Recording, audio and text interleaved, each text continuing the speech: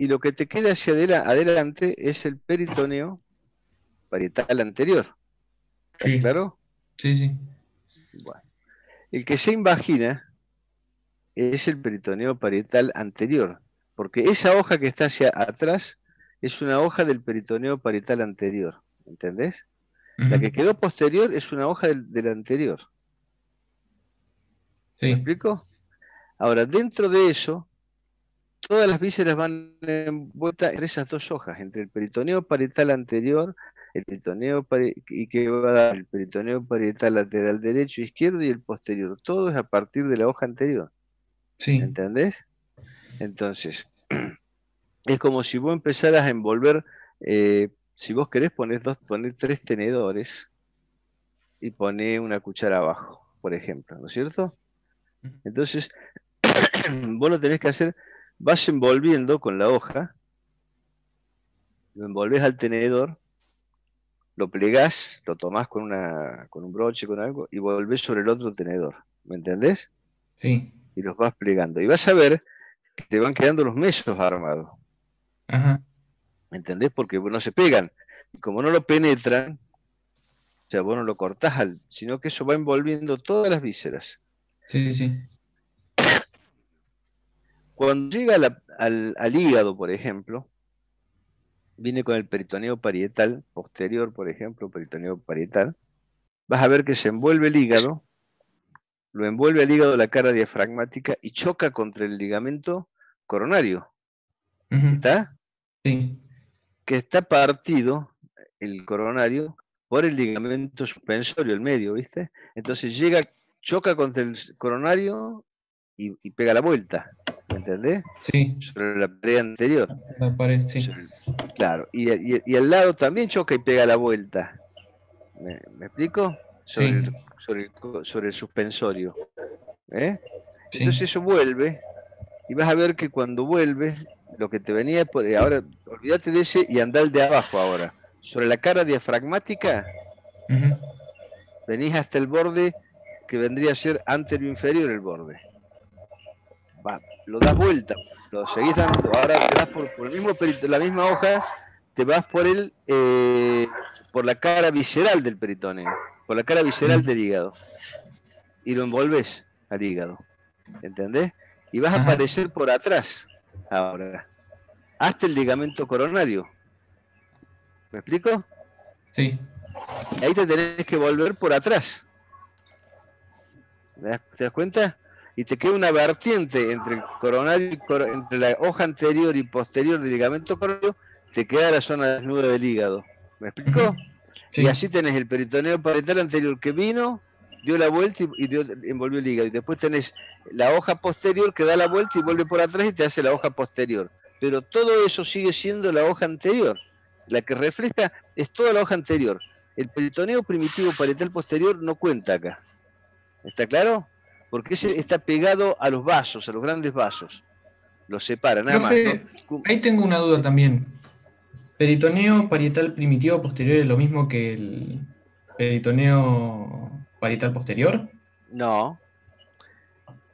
Ahí El vamos a... peritoneo, el peritoneo tiene dos hojas en el origen. Una hoja posterior y una hoja anterior. Eso es el peritoneo parietal primitivo. ¿Está claro? Sí, sí. Luego la hoja posterior, por una fascia, va a cubrir los grandes vasos. Ujú. Ujú. Va a cubrir los grandes vasos, dejando atrás, dejando atrás, y voy a reiterarlo, la vena cava inferior, la aorta, ¿eh? Los riñones y las venas renales. Eso vendría, si uno se fuera a la semántica pura, eso sería retroperitoneal absoluto, los únicos. Porque los otros, la hoja posterior pasa por delante del páncreas, por delante del duodeno, por delante del colon ascendente y descendente. Esa hoja es un repliegue del peritoneo primitivo parietal anterior. ¿Me explico? Sí, Y ahí, por eso que como se tomó esta hoja, la otra no es una faz, no la tomás, vos no la encontrás, no la buscás, porque no está envolviendo. Eso se hizo una coalescencia y quedó prácticamente, no tenés que tenerla en cuenta, porque lo único que separa, en realidad, si vos lo llevas al final, va a estar separando la porta, por ejemplo, y el páncreas de los grandes vasos. Son las fascias esas de coalescencia que hicieron los Sí. órganos, y eso quedó allá atrás. La que se desarrolló fue la hoja anterior, y es la que envuelve todo.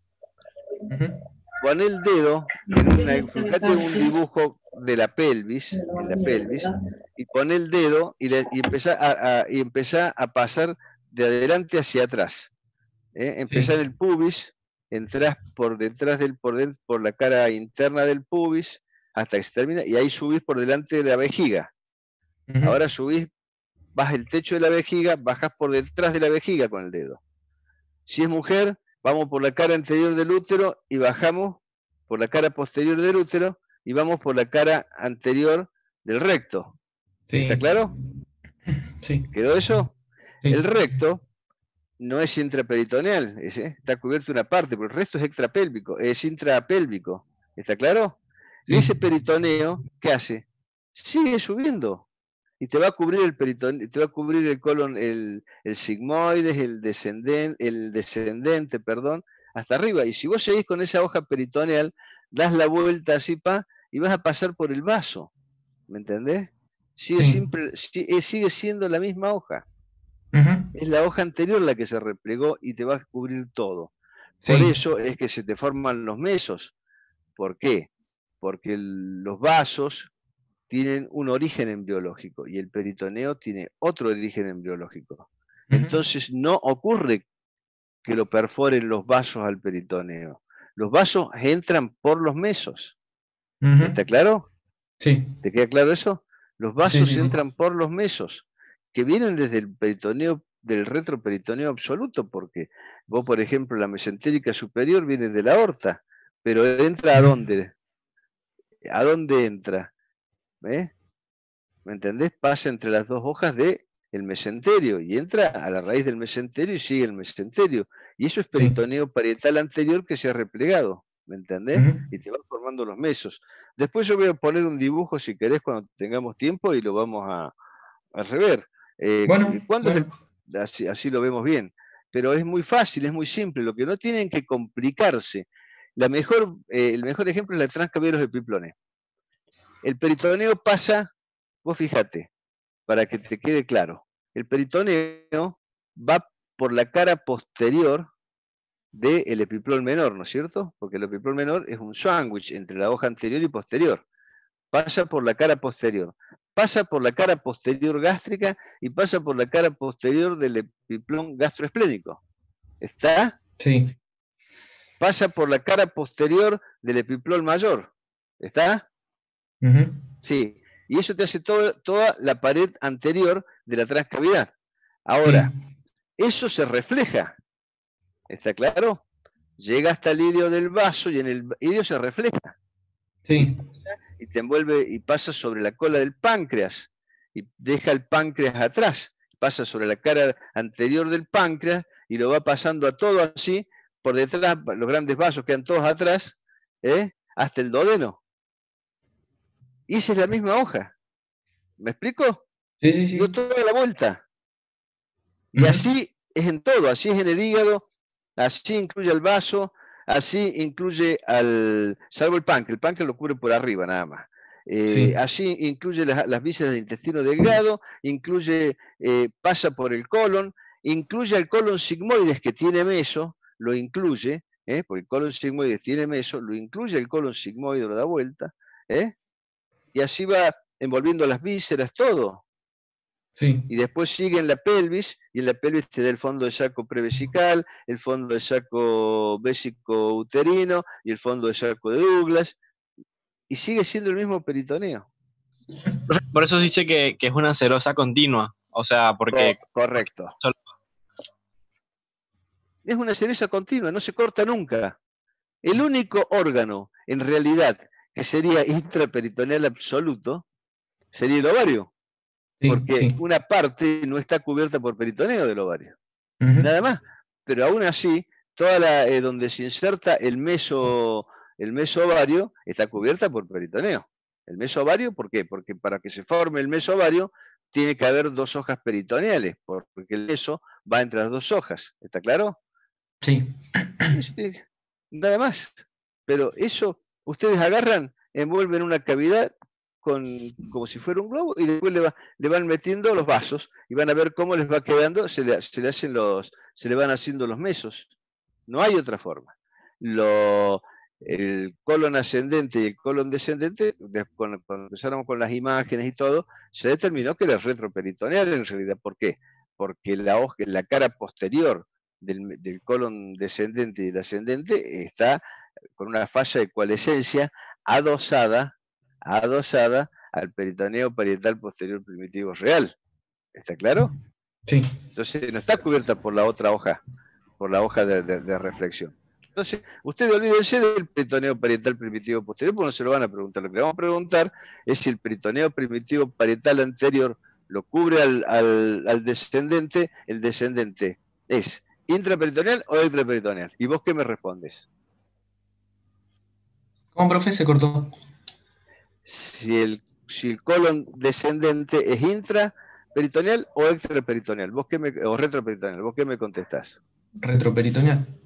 Correcto, es retroperitoneal. De acuerdo al pliegue y rotación de la hoja anterior, es retroperitoneal. Punto. No tengo nada más que decir. Por ahí lo que más confunde con el tema del peritoneo es que el libro te lo va dando por distintas partes. Primero empezamos con el estómago, después nos vamos al intestino y así te Es que va, lo tenés que unir a todo, te lo va porque siempre es lo mismo. desglosando. ¿Qué es lo importante de que sepas del peritoneo? ¿Por qué te dieron peritoneo? A ver, esa es la primera pregunta que te hago. ¿Por qué te dieron peritoneo? ¿Por qué? Porque el peritoneo y las vísceras en determinadas localizaciones anatómicas te va haciendo compartimientos abdominales en la cavidad peritoneal. Y vas a tener un parito cólico derecho, un parito cólico izquierdo, un mesentérico cólico derecho, un mesentérico cólico izquierdo. Vas a tener un prevesical, un vésico uterino, un recto uterino, fondo de saco de Douglas. Vas a tener un espacio supramesocólico, un espacio inframesocólico. ¿Te va quedando? Porque tú solo vas viendo el peritoneo. Vas a tener una transcavidad de los epiplones. ¿Me explico? Vas a tener un subfrénico derecho, un subfrénico izquierdo. Vas a tener una fosa ilíaca derecha, una fosa ilíaca izquierda, un flanco derecho, un flanco izquierdo. Todo eso es la ubicación de las vísceras con el peritoneo. ¿Me entienden? Profe, una pregunta. Hubo un teórico de imágenes de peritoneo donde hablaban de los ligamentos que unían dos vísceras y hablaba de que pasan, o sea, de que llevan estructuras nobles como vasos, pero en la definición del ligamento justamente no, o sea, dice que no lleva vasos. Bueno, no sé pero si para.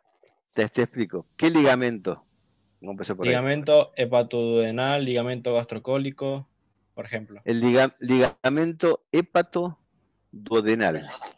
Bueno, el ligamento, en realidad, sí, es un ligamento. El ligamento hepatoduodenal no tiene vasos.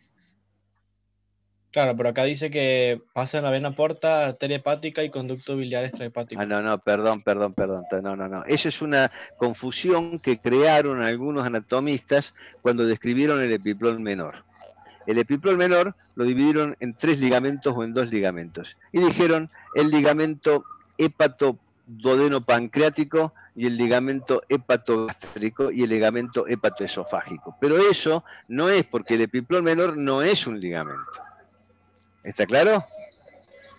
El epiplón menor le dicen ligamento a la porción del epiplón menor que sale del hígado, y te decir exactamente de dónde, de la H hepática hacia el duodeno páncreas. Ese le dicen ligamento hepatopancreático duodenal, pero no es un ligamento, es un epiplón.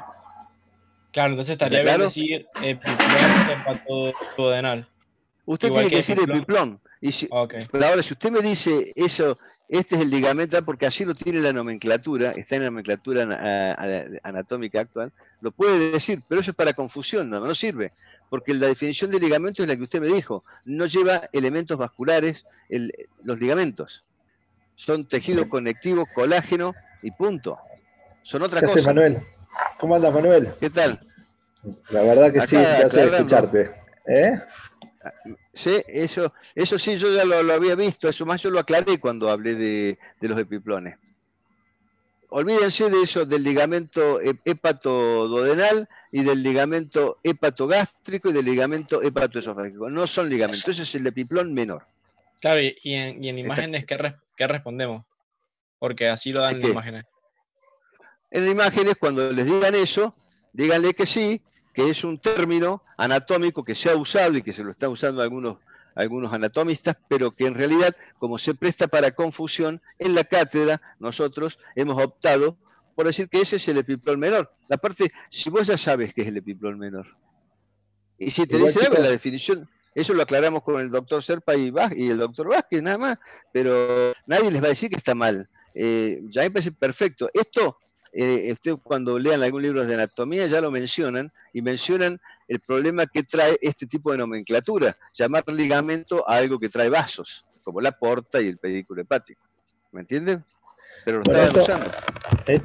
Un segundo, Manuel, que así lo aclaro para que los chicos, porque veo que tienen mucha confusión con el peritoneo y están muy asustados, porque el chat está que arde. ¿Cómo andás vos, Manuel? ¿Bien? Bien. Bueno. Lástima que no pude estar en la demostración. Pero si hacen otra voy a entrar. ¿Cuándo será la próxima? Este fin de semana seguro que va a haber demostración y también tutoría. Impresionante, los ayudantes. Lo que le decía a Manuel... Hay una pregunta acá que pusieron, no, es epiplón gastroesplénico, no es ligamento gastroesplénico. O sea, para aclarar, para que los chicos tengan en cuenta algo, es esto, lo hablamos puntualmente en la reunión que tuvimos de cátedra, que no van a estar ustedes solos, siempre va a haber uno de imagen y uno de anatomía, ¿sí? Cuando se tomen imágenes. Entonces nosotros también vamos a estar como docentes y vamos a estar reconociendo la estructura que ustedes están diciendo. No es que van a estar en una sala con el de imagen y en otra sala con el de anatomía, sino que juntos vamos a estar compartiendo pantalla para que ustedes vayan hablando del tema. El epiplón, acuérdense que es un repliegue peritoneal que va de órgano a órgano con vasos. El meso es lo mismo que el epiplón, pero va de pared a órgano. Y el ligamento es igual que el meso, que va de pared a órgano, pero sin vaso. Eso es el concepto claro que tienen que tener. ¿Sí? Para que se queden tranquilos. Nosotros vamos a estar también cuando se tome examen. Como hablando igual yo de peritoneo después les voy a mostrar una imagen, la voy a buscar, que la debo tener guardada por allí, la voy a bajar y se la vamos a mostrar en 5 minutos para que se les acabe el problema del peritoneo. Usted acuérdense simplemente cuáles son las vísceras retroperitoneales. Eso es lo principal. Usted tiene que saber que el páncreas es considerado retroperitoneal. El duodeno es retroperitoneal menos ¿qué? La primera porción. Menos la primera porción. El descendente y el ascendente son retroperitoneales. Algunos dicen retroperitoneales secundarios, porque aparecieron después con las imágenes, pero es retroperitoneal. ¿Está claro? No tienen nada más que inventar. Esos son órganos retroperitoneales. Punto. El riñón es retroperitoneal. La cápsula suprarrenal es retroperitoneal. El vaso es intraperitoneal. Es intraperitoneal. Correcto. Bueno, así está. ¿El útero es intro o retroperitoneal? ¿Qué cosa, pero el único órgano intraperitoneal no era el ovario. Eso no. El único eso se dice anatómicamente porque es el único que queda flotando dentro de la cavidad peritoneal, cubierto solamente la cara, el borde donde se va a insertar el meso por peritoneo. El resto está libre de peritoneo. ¿Por qué está libre de peritoneo? Por el origen embriológico y por razones fisiológicas y funcionales. Si estuviera cubierto con peritoneo, todo el ovario, los folículos, el ovocito no podría salir con la ovulación, ¿me entiende? Y quedaría atrapado y no lo podía tomar la fimbria. ¿Me entienden lo que les digo? Esa es la única parte del ovario, es la que está, donde se inserta toda la raíz del meso, que es una línea, la línea Jaffe, es una línea que es donde se inserta la hoja posterior, porque el meso del ovario lo forma la hoja posterior del ligamento ancho. En cambio, el meso de la trompa la forma la hoja anterior del ligamento ancho. ¿Me entienden? Entonces, esa única porción está dentro de toda la cavidad, ¿no es cierto? Estas, si usted quiere, celómica, donde no hay nada, no está cubierto por peritoneo. ¿Está claro? Pero después no ocurre con ningún otro órgano. Entonces el vaso sería un órgano peritoneal. Es intraperitoneal el vaso, absolutamente. El vaso, si ustedes se acuerdan de vaso, el vaso tiene una cara diafragmática, tiene una cara abdominal, la cara diafragmática es lisa, tiene 2 o 3, a veces marca 2 o 3 fisuras, y se lo divide en un polo superior, polo inferior y el cuerpo, la parte media del vaso, y envuelto por peritoneo. ¿Por qué?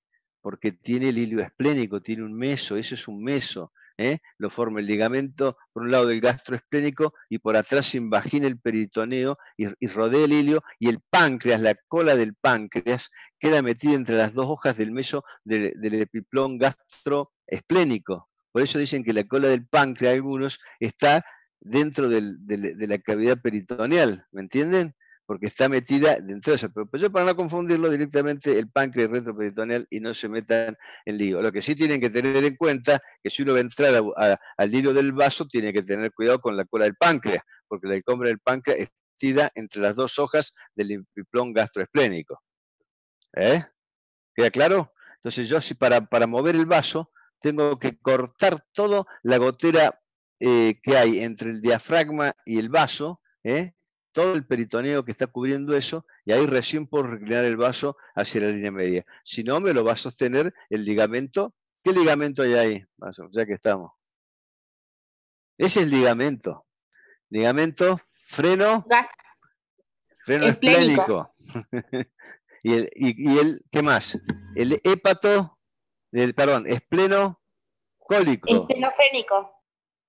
Claro, esplenofrénico o el freno esplénico, el espleno cólico, el espleno renal. A veces hay fibras que van hacia la cara anterior del riñón y a la suprarrenal.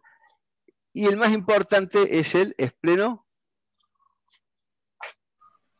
gástrico, el el epiplón gastroesplénico.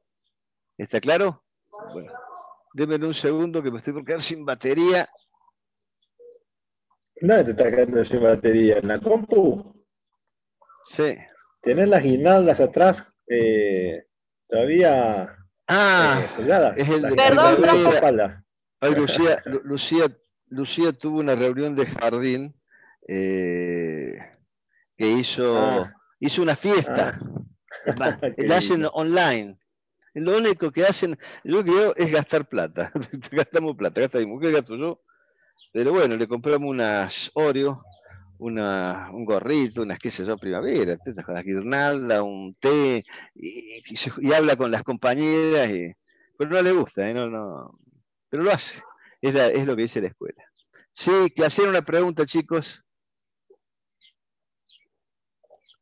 Escucho. El único epiplón sería el gastroesplénico y los demás serían ligamento gastro. No, epiploico, son todos epiplones, todos Casi todo el abdomen es epiplón. Claro.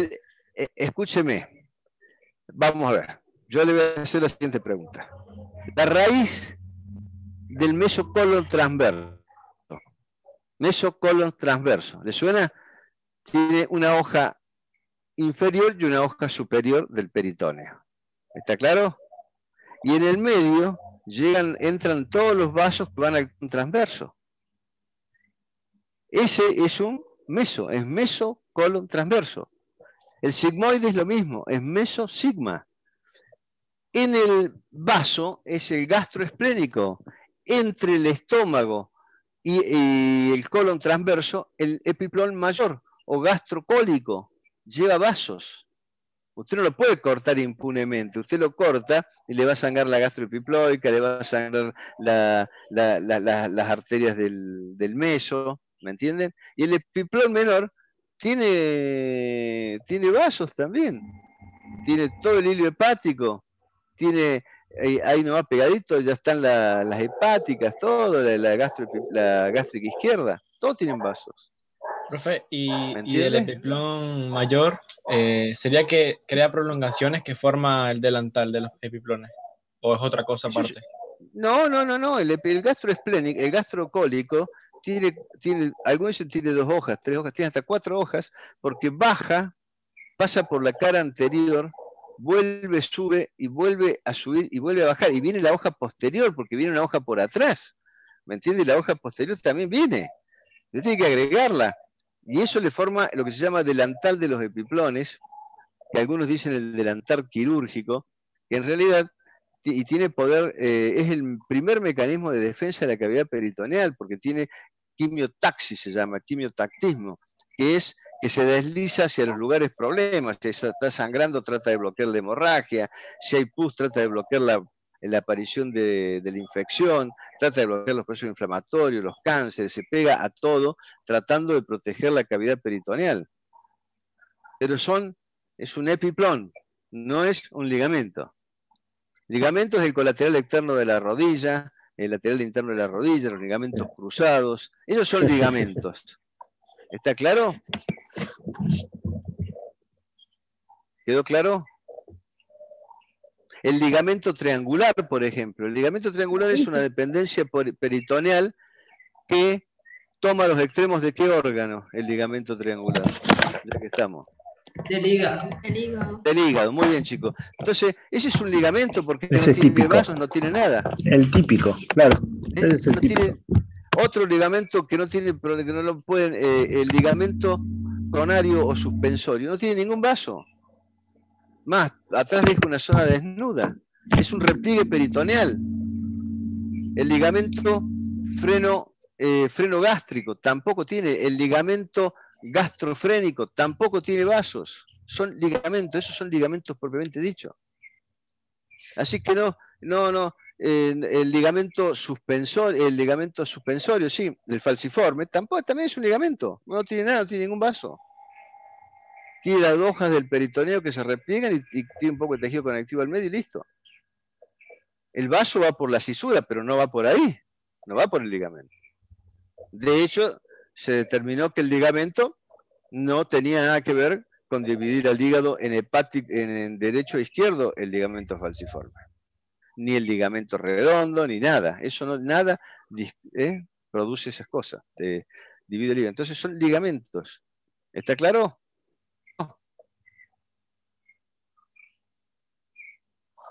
Flor de matete ¿Quedó con claro, con chicos? peritoneo, ¿eh? No, pero después yo voy a bajar una imagen que tengo. Voy a bajar una imagen de peritoneo y la mostramos. Son 2 minutos.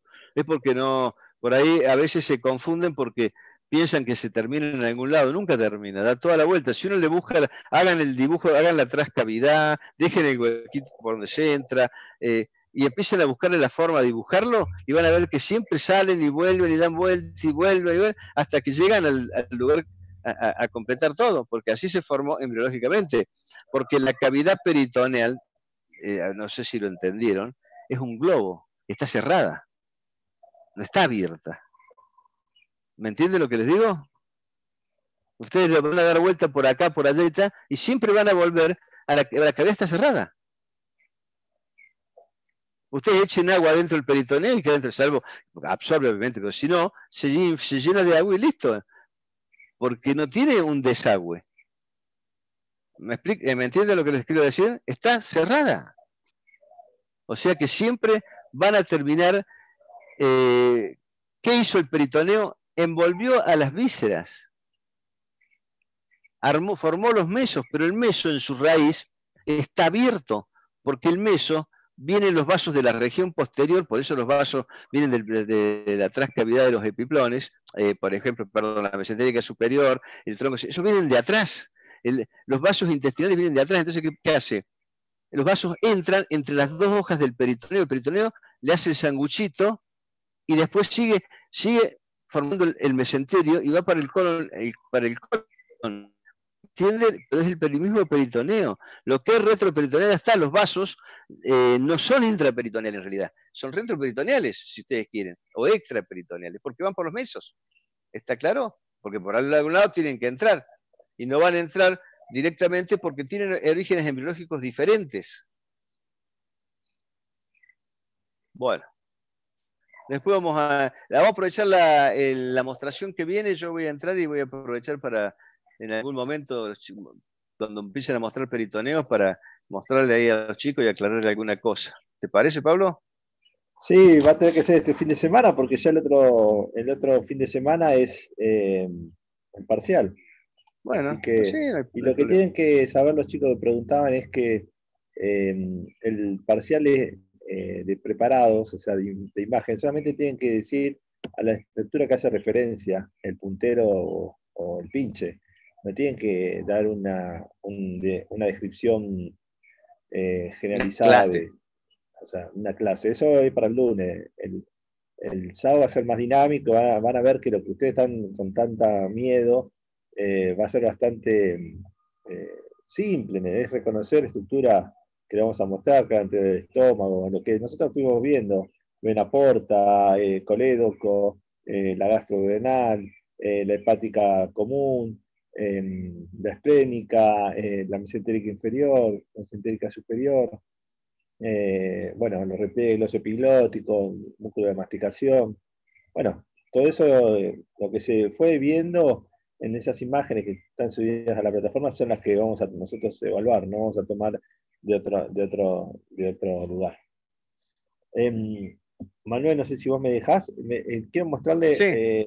una colonoscopía que hice grabar a mi mujer para mostrarle a ustedes cómo se ve la válvula eh, eh, del ciego con respecto al ilion, la desembocadura del ilion, en el ciego, mejor dicho, que es la válvula iliocecal, y a partir de ahí es toda una colonoscopía retrógrada, o sea, de ciego se va a ver el colon ascendente, luego, bueno, la voy a cortar porque es muy largo, como 20 minutos, pero más que nada para que ustedes vean cómo se va haciendo la contracción interna del colon, lo que es el peristaltismo, y cómo se va a ir cerrando y cómo ven todos los orificios. Y después tengo, que también filmé, es una lipoaspiración nada, ese es un videito de 20 segundos que les mostré para que ustedes vean cómo uno con la cánula va a la grasa superficial, a la grasa profunda y no a la superficial. Más que nada para que ustedes vean algo, no nos vean a nosotros solamente hablando y vean un poquito de actividad quirúrgica y endoscópica. ¿Me deja, Manuel, 2 segunditos? Dale, dale. Qué grande, como siempre. Bueno, a ver. ¿Dónde está? Acá.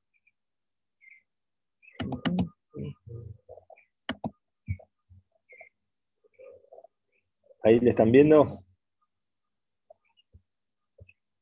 ¿O Se no? ve bien. Sí, profe. Bueno. Bueno, ahora lo que el endoscopio está precisamente adentro del ilion, ¿sí? Yeyuno ilion, la desembocadura del ilion, es la válvula iliocecal. La paciente tenía un sangrado y por eso se hace la endoscopía, y bueno, y acá donde se ve todo naranja, todavía no lo puso en funcionamiento. Estamos adentro del ilion distal, ¿está bien? Ahí lo pongo en funcionamiento. Eso es todo ilion distal. Todo eso es ilion distal.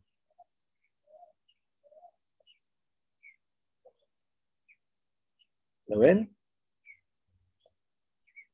¿Ven algo? Sí, profe. Bien, ahora esperen, ahora ahí lo paro.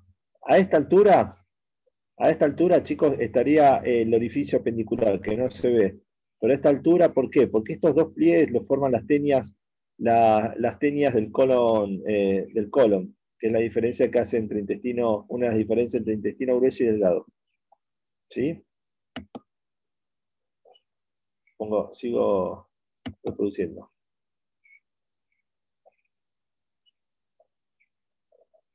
Bueno, esto se lava un poquito y se introduce de nuevo en lo que es la parte distal del ilion.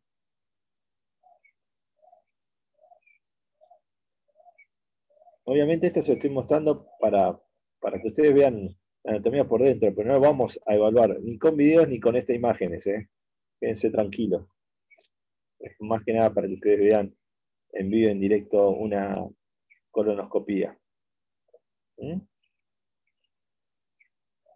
Ahí está el endoscopio en la parte del colon ascendente, vendría a ser. ¿Sí?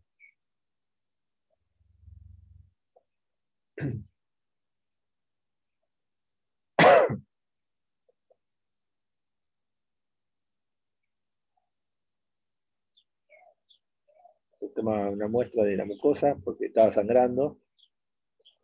Sospecha de colitis, enfermedad de Crohn, perdón. Por eso está el colon. Se va lavando y se va aspirando. Este es colon ascendente por dentro.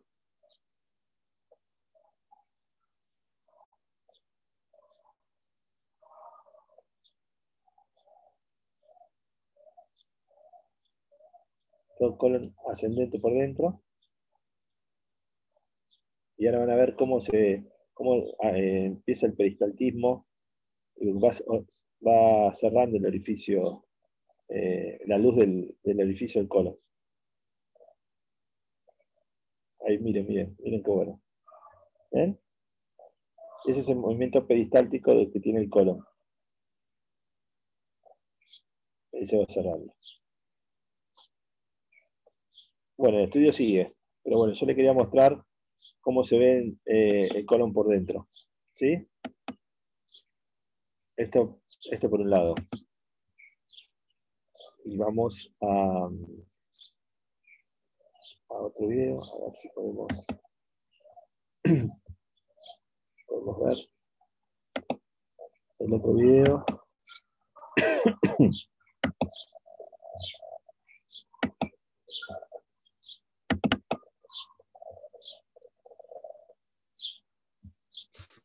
A ver.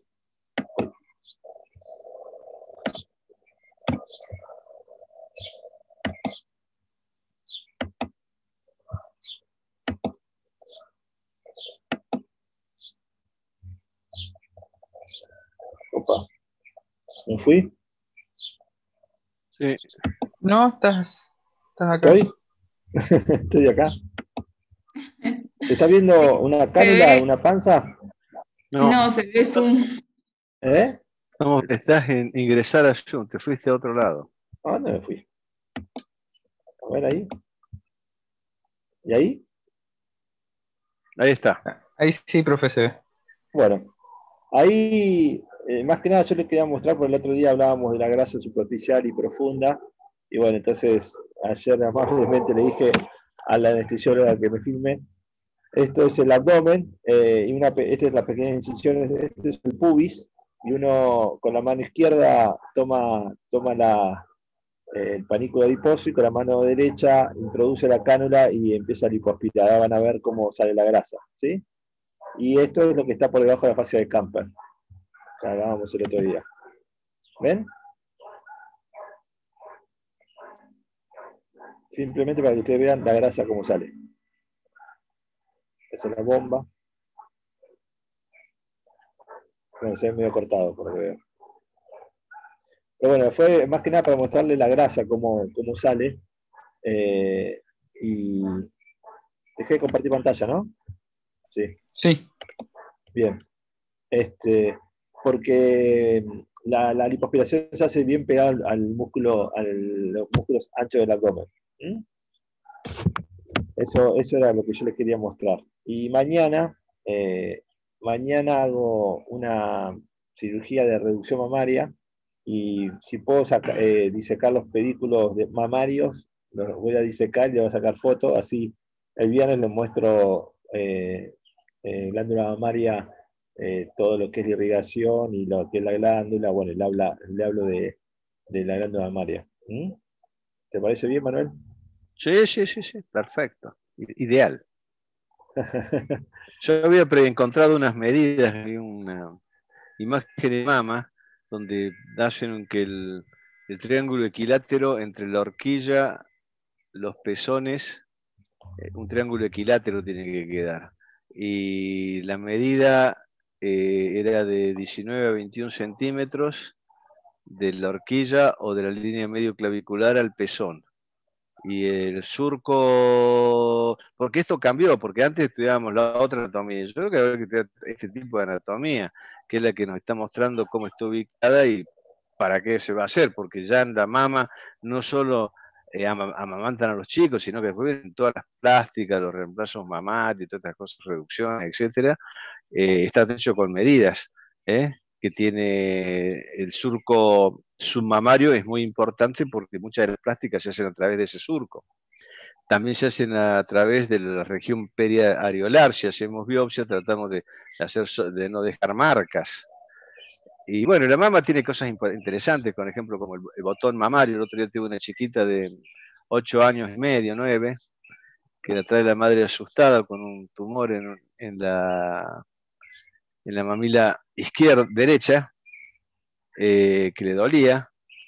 Bueno, pedimos una prolactina, le hice una ecografía nada más, y bueno, está todo en orden. Y se llama botón mamario y aparece en la chica entre los 9 y los 10 años, y eso indica que ya cerca de los 12 van a empezar a menstruar, van a tener la menarca. Bueno, todas esas pequeñas cosas sirven para reactivarnos. Y bueno, también decir que el hombre también sufre patología mamaria. La más común es la ginecomastia y la pseudoginecomastia ahora que estamos todos gorditos, pero también pueden tener cáncer de mama y bueno, y no es bueno no saberlo. O sea, no si bien 1 en 10 millones va a ser un cáncer en una mama de hombre, nunca sabemos cuál es ese 1 en los 10 millones. Pues si hubiéramos no hay problema, pero como no sabemos, cuando nos toque una de esas, todo el material que saquemos, si es que sacamos, lo tenemos que mandar a anatomía patológica.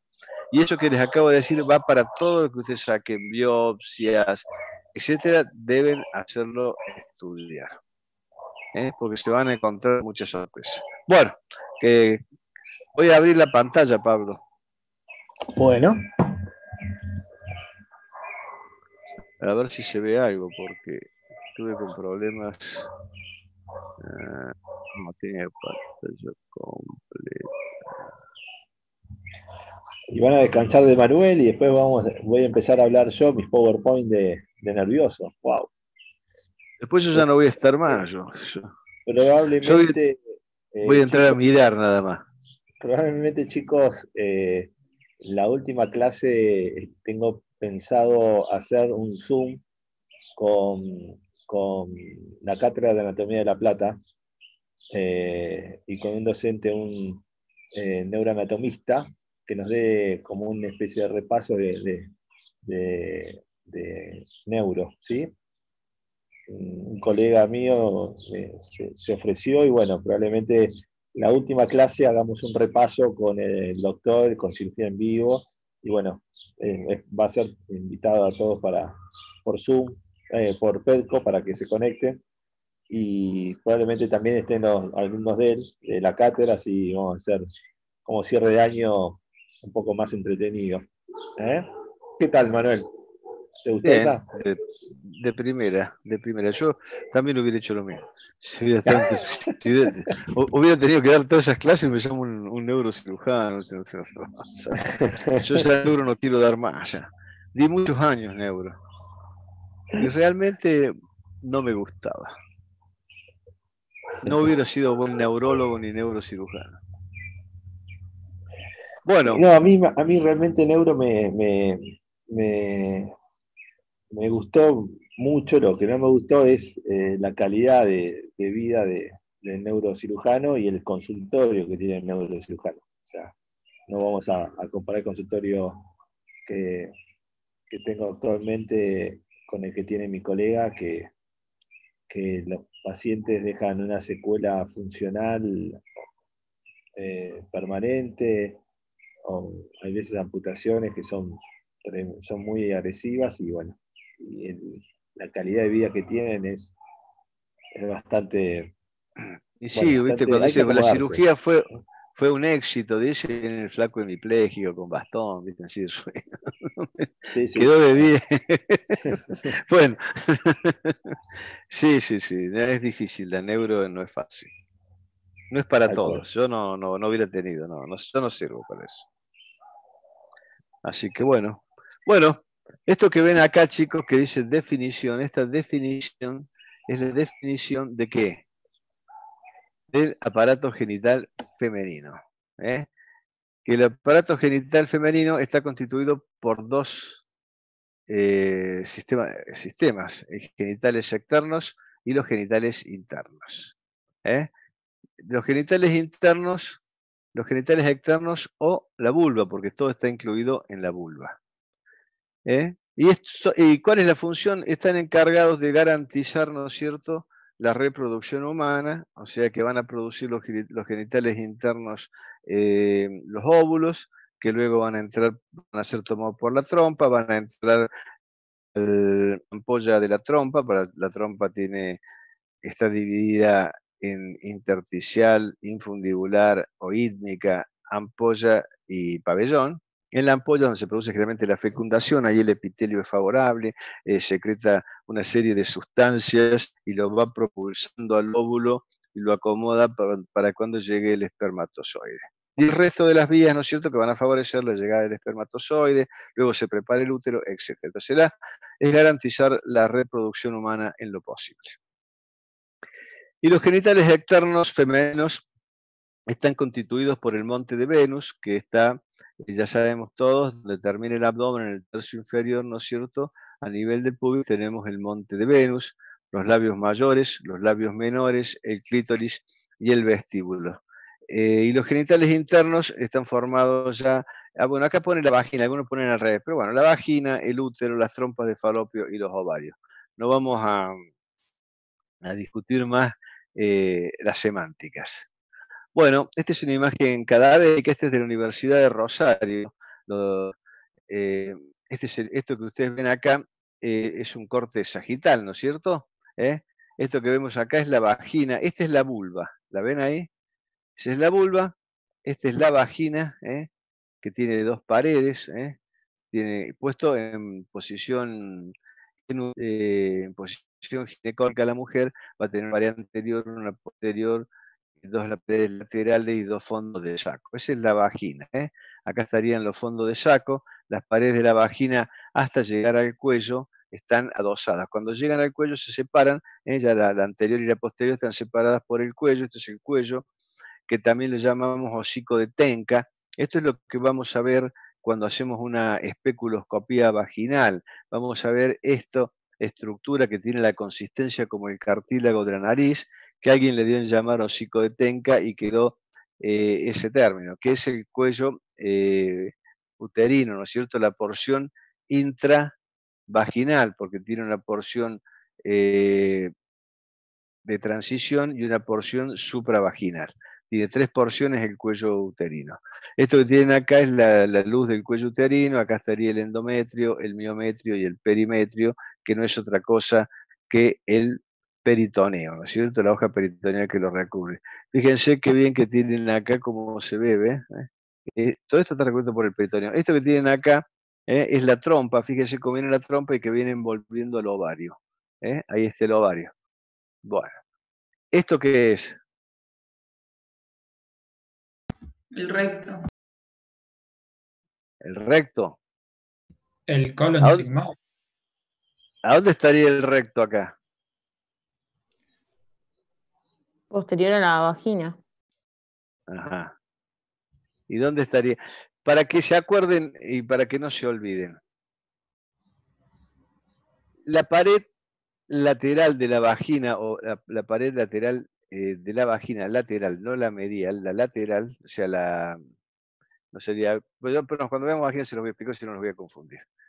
Bueno, la vagina en la pared posterior sube más que en la pared anterior. Después lo vamos a ver, se los voy a mostrar bien. Entonces, vamos a reiterar de nuevo. ¿Esto que tienen acá qué es? Recto. Este es el recto, correcto. Esta es la membrana recto-vaginal, que en el hombre separa la próstata, ¿eh? Y en la mujer separa la vagina. Esta se llama la membrana de Denon-Villiers, membrana de Denon-Villiers o fascia de Denon-Villiers para que sea. Y esto es el recto. Acá no tenemos opción porque este hueso que tenemos acá es el sacro y acá está el coxis. ¿Quedó claro?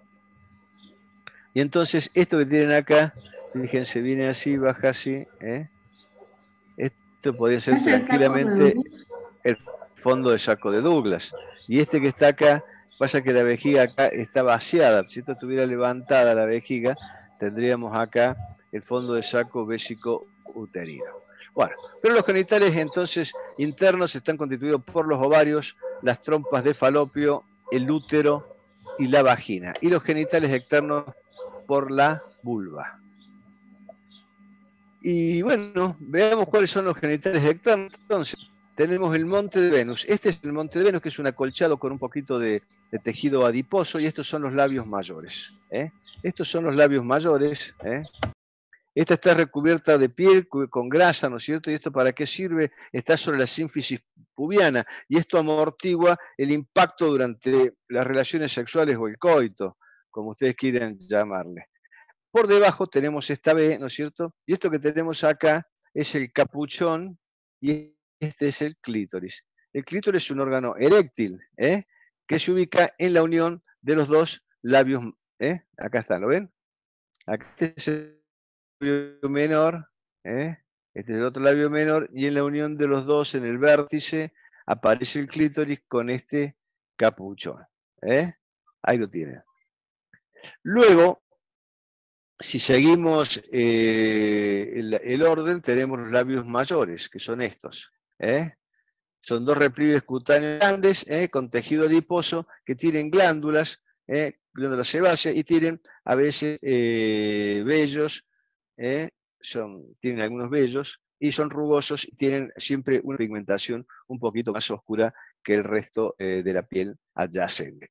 Esto que sigue acá son los labios menores, que también son repliegues cutáneos, que son delgados, pero aquí ya no hay tejido adiposo, y tampoco hay glándulas sebáceas, tampoco tienen vello, acá son lisos y ahí dice no pigmentado. A veces también los labios menores están pigmentados, pero menos que los labios mayores. ¿Está claro? Por debajo del vértice de los labios menores y por detrás del clítoris, acá está el clítoris, por detrás del clítoris aparece el meatro uretral. Aquí desemboca la uretra femenina. Acuérdense que la uretra femenina es corta. Entonces, el meato uretral. Y al lado de este meato uretral van a aparecer dos glándulas, o tres a veces, son las glándulas de Skene.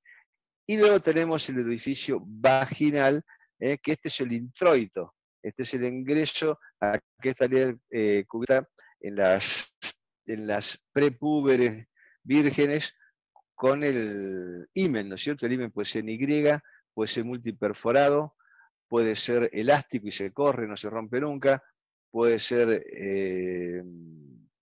imperforado, lo que va a terminar dando una patología y va a haber que abrirlo. ¿Por qué? Porque cuando empiece a menstruar, la sangre de la menstruación no va a tener hacia dónde ir. ¿Está claro? Entonces, entre los labios menores, esto acá, este espacio se llama vestíbulo.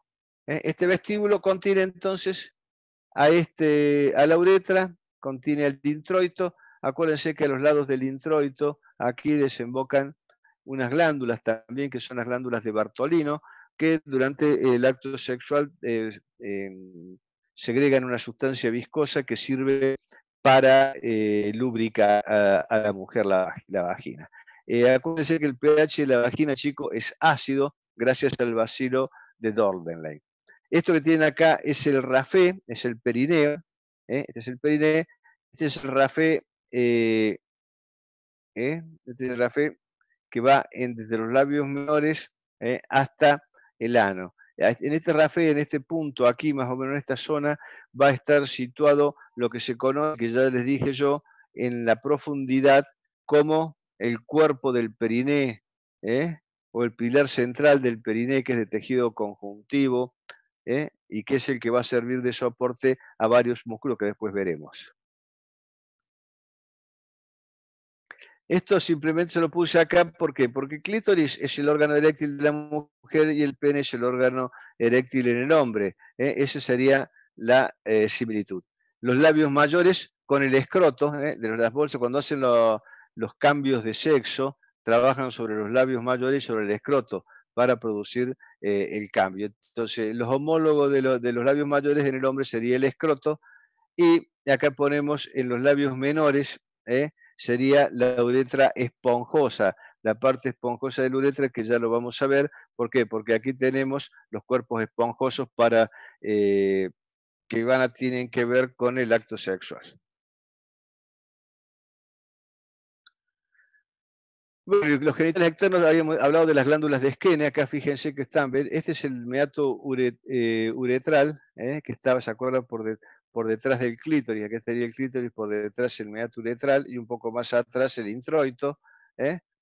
Están las glándulas de Skene que recién les dije. ¿Las ven ahí? Estas glándulas son glándulas menores y algunos la homologan con la próstata del sexo masculino, que esto va a segregar una sustancia un poquito más alcalina. Luego tenemos aquí estas otras glándulas, que son las glándulas de Bartholin, que son también secretoras, están situadas acá al lado de la vagina y normalmente no se ven, y secretan una cantidad de un líquido, ¿no es cierto?, que es para lubricar la vagina durante el acto sexual. Estas glándulas son a veces asiento de patología. Cuando se tapa el conducto excretor, se infla, se producen abscesos y se produce lo que se llaman las bartolinitis, que hay que terminar sacando la glándula. Bueno, este es el introito, ¿no es cierto? Y este es el límite superior, y aquí tenemos el límite inferior. Bueno, entonces las glándulas de Skene son con las glándulas prostáticas, ¿no es cierto?, por las características de la secreción, y estas glándulas de lubricación de la Bartholin con las de Cooper. Las glándulas de Cooper, acuérdense que desembocan en la uretra esponjosa, pero nacen a la altura del transverso del periné, del transverso profundo del periné, y de allí van hacia la uretra. Bueno, aquí tenemos el último, el extremo final del uretra, el introito uretral, que sería acá, el extremo final, ¿no es cierto? Es esto. Y el introito vaginal es esto, que es la parte inferior de la vagina y que presenta el himen. ¿Qué tipos de himen? Bueno, este es cuando han tenido varios chicos y sacas una foto, la mujer multípara significa que tuvo varios partos, el himen está totalmente cicatrizado y retráctil. Este es un himen septado, este es un himen anular, este es el himen cribiforme, que tiene múltiples, y este es el que yo les decía, el himen imperforado, que termina siendo patológico porque hay que terminarlo abriendo cuando la chica empieza a menstruar, si es que no se dieron cuenta antes por otra causa. Bueno, eso de los genitales. En los genitales internos, la vagina es esta que tenemos acá, ¿no es cierto?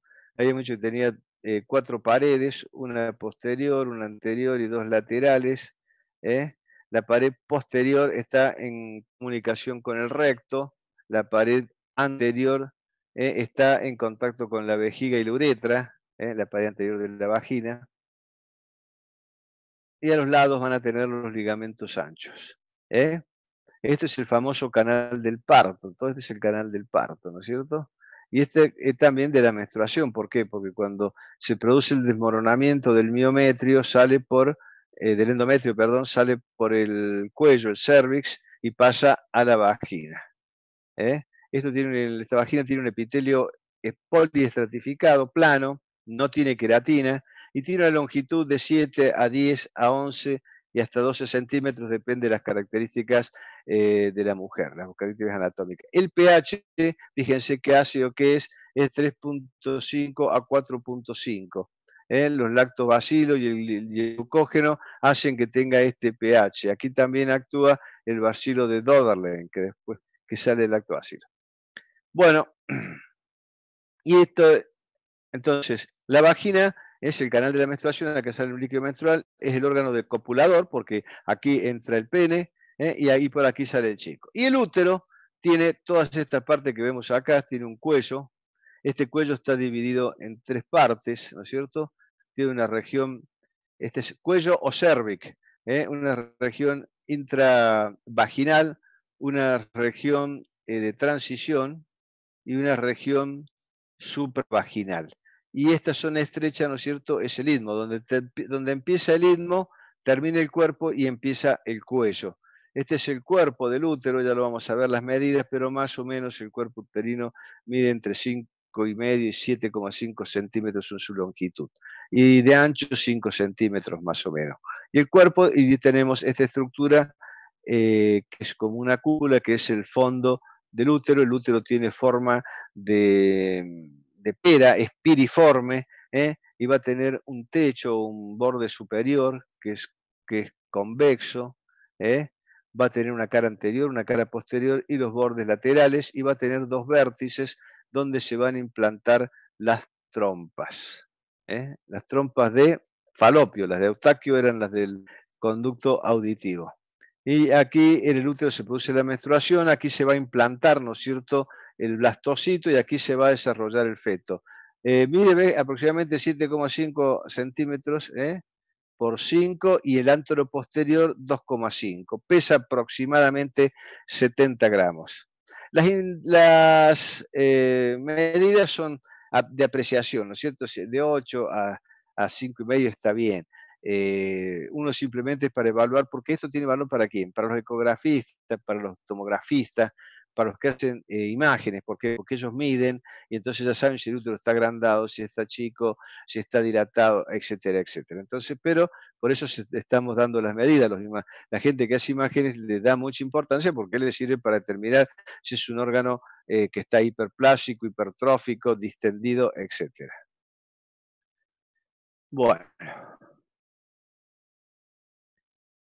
Esto que tengo acá sigue siendo genital interno, volvemos con la vagina. Esto ya no lo vamos a decir más.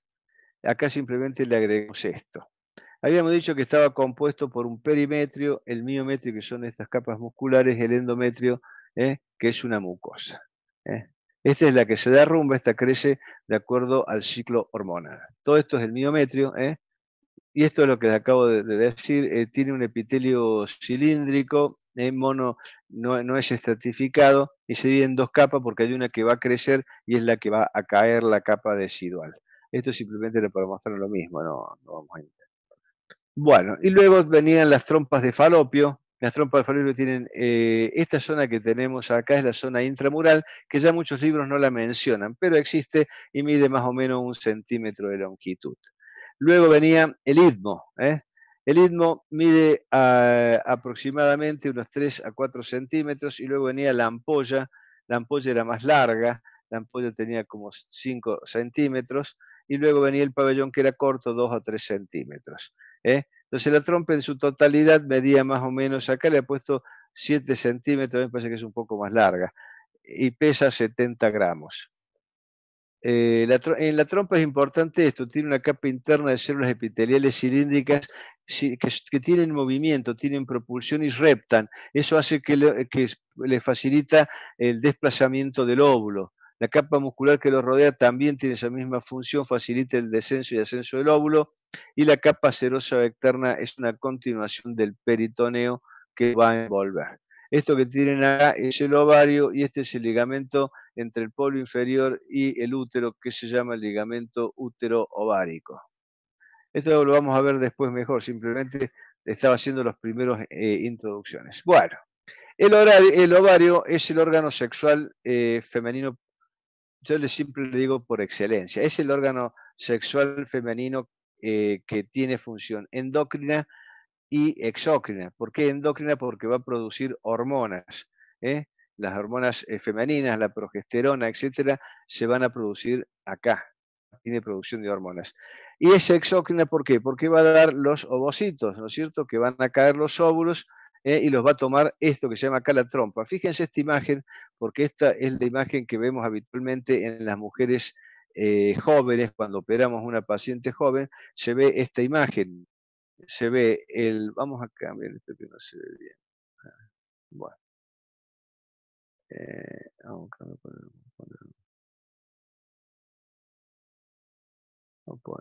poner esto. Bueno, para que se vea mejor. Esto que tienen acá es la trompa, ¿no es cierto? Que nace del vértice, hay dos vértices. Fíjense cómo la trompa, ligeramente ondulada, gira sobre el borde superior y posterior del ovario, ¿ven? Y lo envuelve, lo abraza como una mano. La fimbria acción de 10 a 15 fimbrias, hay una que es mucho más larga que las otras, pero en general la función es tomar el óvulo e introducirlo hacia el canal de la gestación, que en este caso sería la trompa, hacia el ducto. Esto que tienen acá, ustedes fíjense, para que no se confundan, fíjense, esto que tienen acá es el ligamento útero-sacro, ¿lo ven? Ligamento útero-sacro. Estos que están acá son parte del ligamento ancho, lo ven atrás, y acá tienen el mesosalping que sale de la hoja anterior, porque esto es anterior, la hoja anterior del ligamento ancho, y el mesovario pertenece a la hoja posterior del ligamento ancho. Este va a la hoja anterior del ligamento ancho. Esto es anterior, chicos, para que sé, porque acá tengo el recto, ¿no es cierto? Y acá tengo la aorta. Esto es posterior. Acá es anterior, acá está la vejiga, el útero, y los ligamentos que tienen acá son los ligamentos úterosacros. Algunos les dicen que son parte de los ligamentos de McEnroe, que forman lo que se llama el ligamento cardinal, que después lo voy a explicar. Entonces los ovarios son dos, son pares. Uno derecho, uno izquierdo, tienen la forma ovoidea de una almendra, tiene una longitud de 3,5 centímetros aproximadamente y un espesor anteroposterior de 0,1 a 1 centímetro. Tiene una cara lateral, que es esta, perdón, está de aquel lado, la cara lateral, y una cara medial. Tiene un borde posterior, que sería este, porque acá tenés, y tiene un borde anterior. Y tiene dos extremidades, una inferior y una superior. Esta extremidad inferior es la que se anastomosa, ven acá, que se inserta por este ligamento al útero, al borde del útero, y se llama ligamento útero-sacro por debajo de la trompa y del ligamento redondo. Este que tienen acá es el ligamento redondo que en la mujer desciende del canal de Nuc, que es distinto al hombre, que tiene el conducto peritoneo vaginal. La mujer tiene el canal de Nuc, que es el homólogo al del hombre, y esta va a bajar por el trayecto inguinal hasta los labios mayores, donde se va a insertar. Este es el ligamento redondo, este no tiene nada, este es un ligamento propio, no tiene vasos, nada, solo que si no se oblitera va a tener hernias en la mujer, las hernias indirectas. Y está irrigado el ovario por una rama que viene desde la aorta, ¿se acuerdan? Que nace por debajo de las arterias renales, y se llama la arteria gonadal, y el drenaje venoso se hace por las venas gonadales, por dos plexos pampiniformes que acompañan a la arteria y van hacia la derecha, van hacia la vena cava inferior las venas, y a la izquierda las venas van a la vena renal izquierda y de ahí a la vena cava inferior. ¿Alguna pregunta? Sí, profe. ¿Dónde estaría el lilio del ovario? Sí, señor. Bueno, buena pregunta. Si tiene un meso ovario, ¿por dónde va a entrar? Bueno, acá está, fíjense. Esto que tienen acá es el ligamento infundíbulo pélvico o lumbo ovárico, como ustedes quieran llamarle, que es uno de los medios de sostén que va al polo, a este extremo. ¿Lo ven? A la extremidad superior, acá viene. Y se inserta ahí. Estos son elementos de sostén del ovario. El ligamento entre el ovario y el útero ovárico, y entre el lumbo ovárico que viene de la fascia lumbar, del cuadrado lumbar, de la fascia lumbar, a tomar el vértice del ovario, el vértice superior. Y por ahí llegan los vasos que entran en la cara posterior, acá, y acá no se ve, ya lo vamos a ver mejor, hay una zona donde se va a insertar la hoja posterior del ligamento ancho, que es esta, y entre las dos hojas posteriores van a entrar los vasos. ¿Está claro? Es por el borde posterior que entra la irrigación. ¿Está claro? Esto Sí, lo está profe. poniendo acá. Acá también el otro elemento que sostiene al ovario, aparte del ligamento ancho, del útero ovárico y del lumbo ovárico, existe uno entre la trompa y el ovario que se llama tubo ovárico y que sirve simplemente para que la trompa se mantenga en esta posición. Acá está situado el ovario en una fosita de Claudius, que es típica en las mujeres jóvenes que no han tenido partos y que no han tenido embarazos. Cuando hay embarazos y partos, acuérdense que la pelvis cambia de posición, ¿no es cierto? Se hace más horizontal, se abre, y entonces el ovario tiende a caer hacia la región posterior, tiende a caerse acá. Y después lo vamos a ver eso. ¿Alguna pregunta? Bueno, ya que estamos, miren, adelante, acá están los medios de sostén. Este es el ligamento lumbovárico, ¿lo ven ahí? Este es el ligamento útero ovárico. El ligamento tubo ovárico estaría acá. Y esto que tienen acá es el mesovario. ¿Está bien? Formado por la hoja posterior, por esta hoja, del ligamento. Esto, ahora ustedes lo abierten a esto. Esto está visto desde atrás. Esto es posterior. Lo estamos viendo desde atrás. Esto lo vertimos hacia allá y nos va a quedar, ¿no es cierto?, el pedículo en el borde inferior. ¿Está claro? Que si ustedes se acuerdan. Bueno, a ver si puedo, porque no sé por qué no. Fíjense a dónde está. Este es el borde. Este es el borde posterior y el borde anterior. Seguimos. No, pero el otro lado. Seguimos, entonces, este es el borde posterior, ¿lo ven? Ustedes lo dan vuelta y esto es el borde posterior y este es el borde anterior, que es libre. El anterior es libre, el posterior, por ahí va a entrar el pedículo vascular. Va a entrar la arteria ovárica o gonadal, como quieran llamarle, que se van a estomosar con una rama que le envía a la arteria uterina, que viene por los bordes, por una rama que le envía a la arteria uterina. Acuérdense que la arteria uterina era rama de la hipogástrica. ¿Se acuerdan de eso? Del tronco anterior de la hipogástrica. Y le forman este arco al ovario. Y el ovario da aquí de ramas anteriores, posteriores, y esto está muy bien irrigado. ¿Está claro? Es de consistencia firme el ovario, con este color rosado. En las jóvenes es rosado, se pone gris, nacarado y rugoso con los años y cuando se empieza a atrofiar. Y este es el meso-ovario entre las hojas posterior del ligamento ancho. ¿Pregunta? Ahí preguntan en el chat, cuál es el mesosalpinx. Ahí. El mesosalpinx sería este. El mesosalpinx, porque esto en tridimensión, la trompa estaría anterior aquí. ¿Está claro? Se va hacia adelante. Estaría anterior. Entonces la trompa está rodeada por la hoja anterior del ligamento ancho. El mesosalpinx estaría acá, pero no se está viendo. Ya lo vamos a ver cuando lo vea, vas a ver todo, porque esto también tiene una rama que viene de la arteria uterina, y la ovárica también le da una rama a la trompa que gira, y hacen un doble círculo arterial en esta zona. ¿Se entendió, Pablo, eso? Es la hoja anterior, porque cuando veamos los elementos del ligamento redondo, vamos a ver que la hoja anterior gira. Acá es la hoja anterior del ligamento redondo, del ligamento ancho, y acá la que gira es la hoja posterior del ligamento ancho. ¿Está claro? Ya lo vamos a ver a eso. Sí, está claro, Manuel, clarísimo. Espectacular. Acuérdense, el ovario, hoja posterior, la trompa, hoja anterior del ligamento ancho.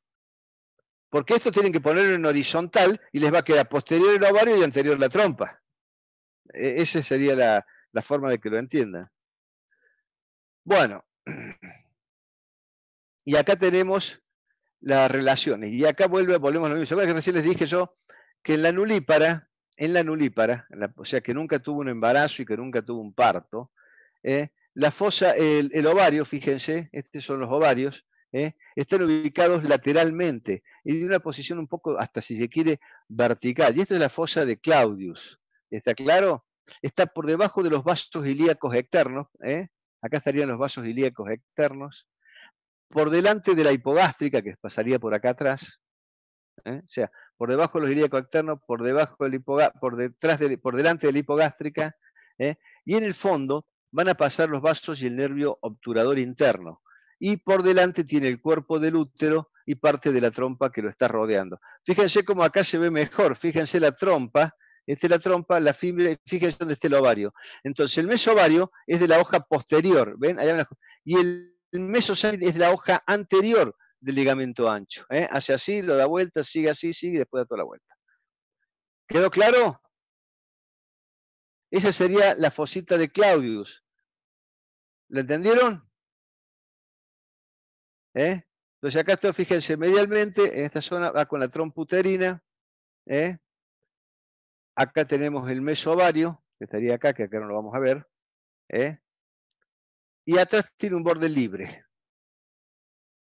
El que sería este. Este es el borde libre, ¿lo ven? Y esto va a estar en contacto con el cuerpo uterino. Para que no se confundan, acuérdense, ilíaca externa, por detrás la ilíaca interna, en el fondo, van a pasar en el fondo de esta fosita, y sobre todo cuando caiga, va a pasar la arteria y el nervio obturador, para que no se confundan, y acá tenemos por delante la trompa y el cuerpo uterino. Todo esto es la fosita esta de Claudius, en la mujer nulípara. Luego se va a relacionar cuando caiga en la pared pelviana, porque esto va a caer hacia acá, con el ligamento lumbovárico, y ahí va a tener otras relaciones. Se va a relacionar con el cuerpo uterino, pero eso es lo que yo les acabo de decir, en grosso modo. Esto se altera en la mujer multípara. Al abrirse, el ovario tiende a caerse sobre lo que viene a ser el fondo de saco de Douglas, en esta zona.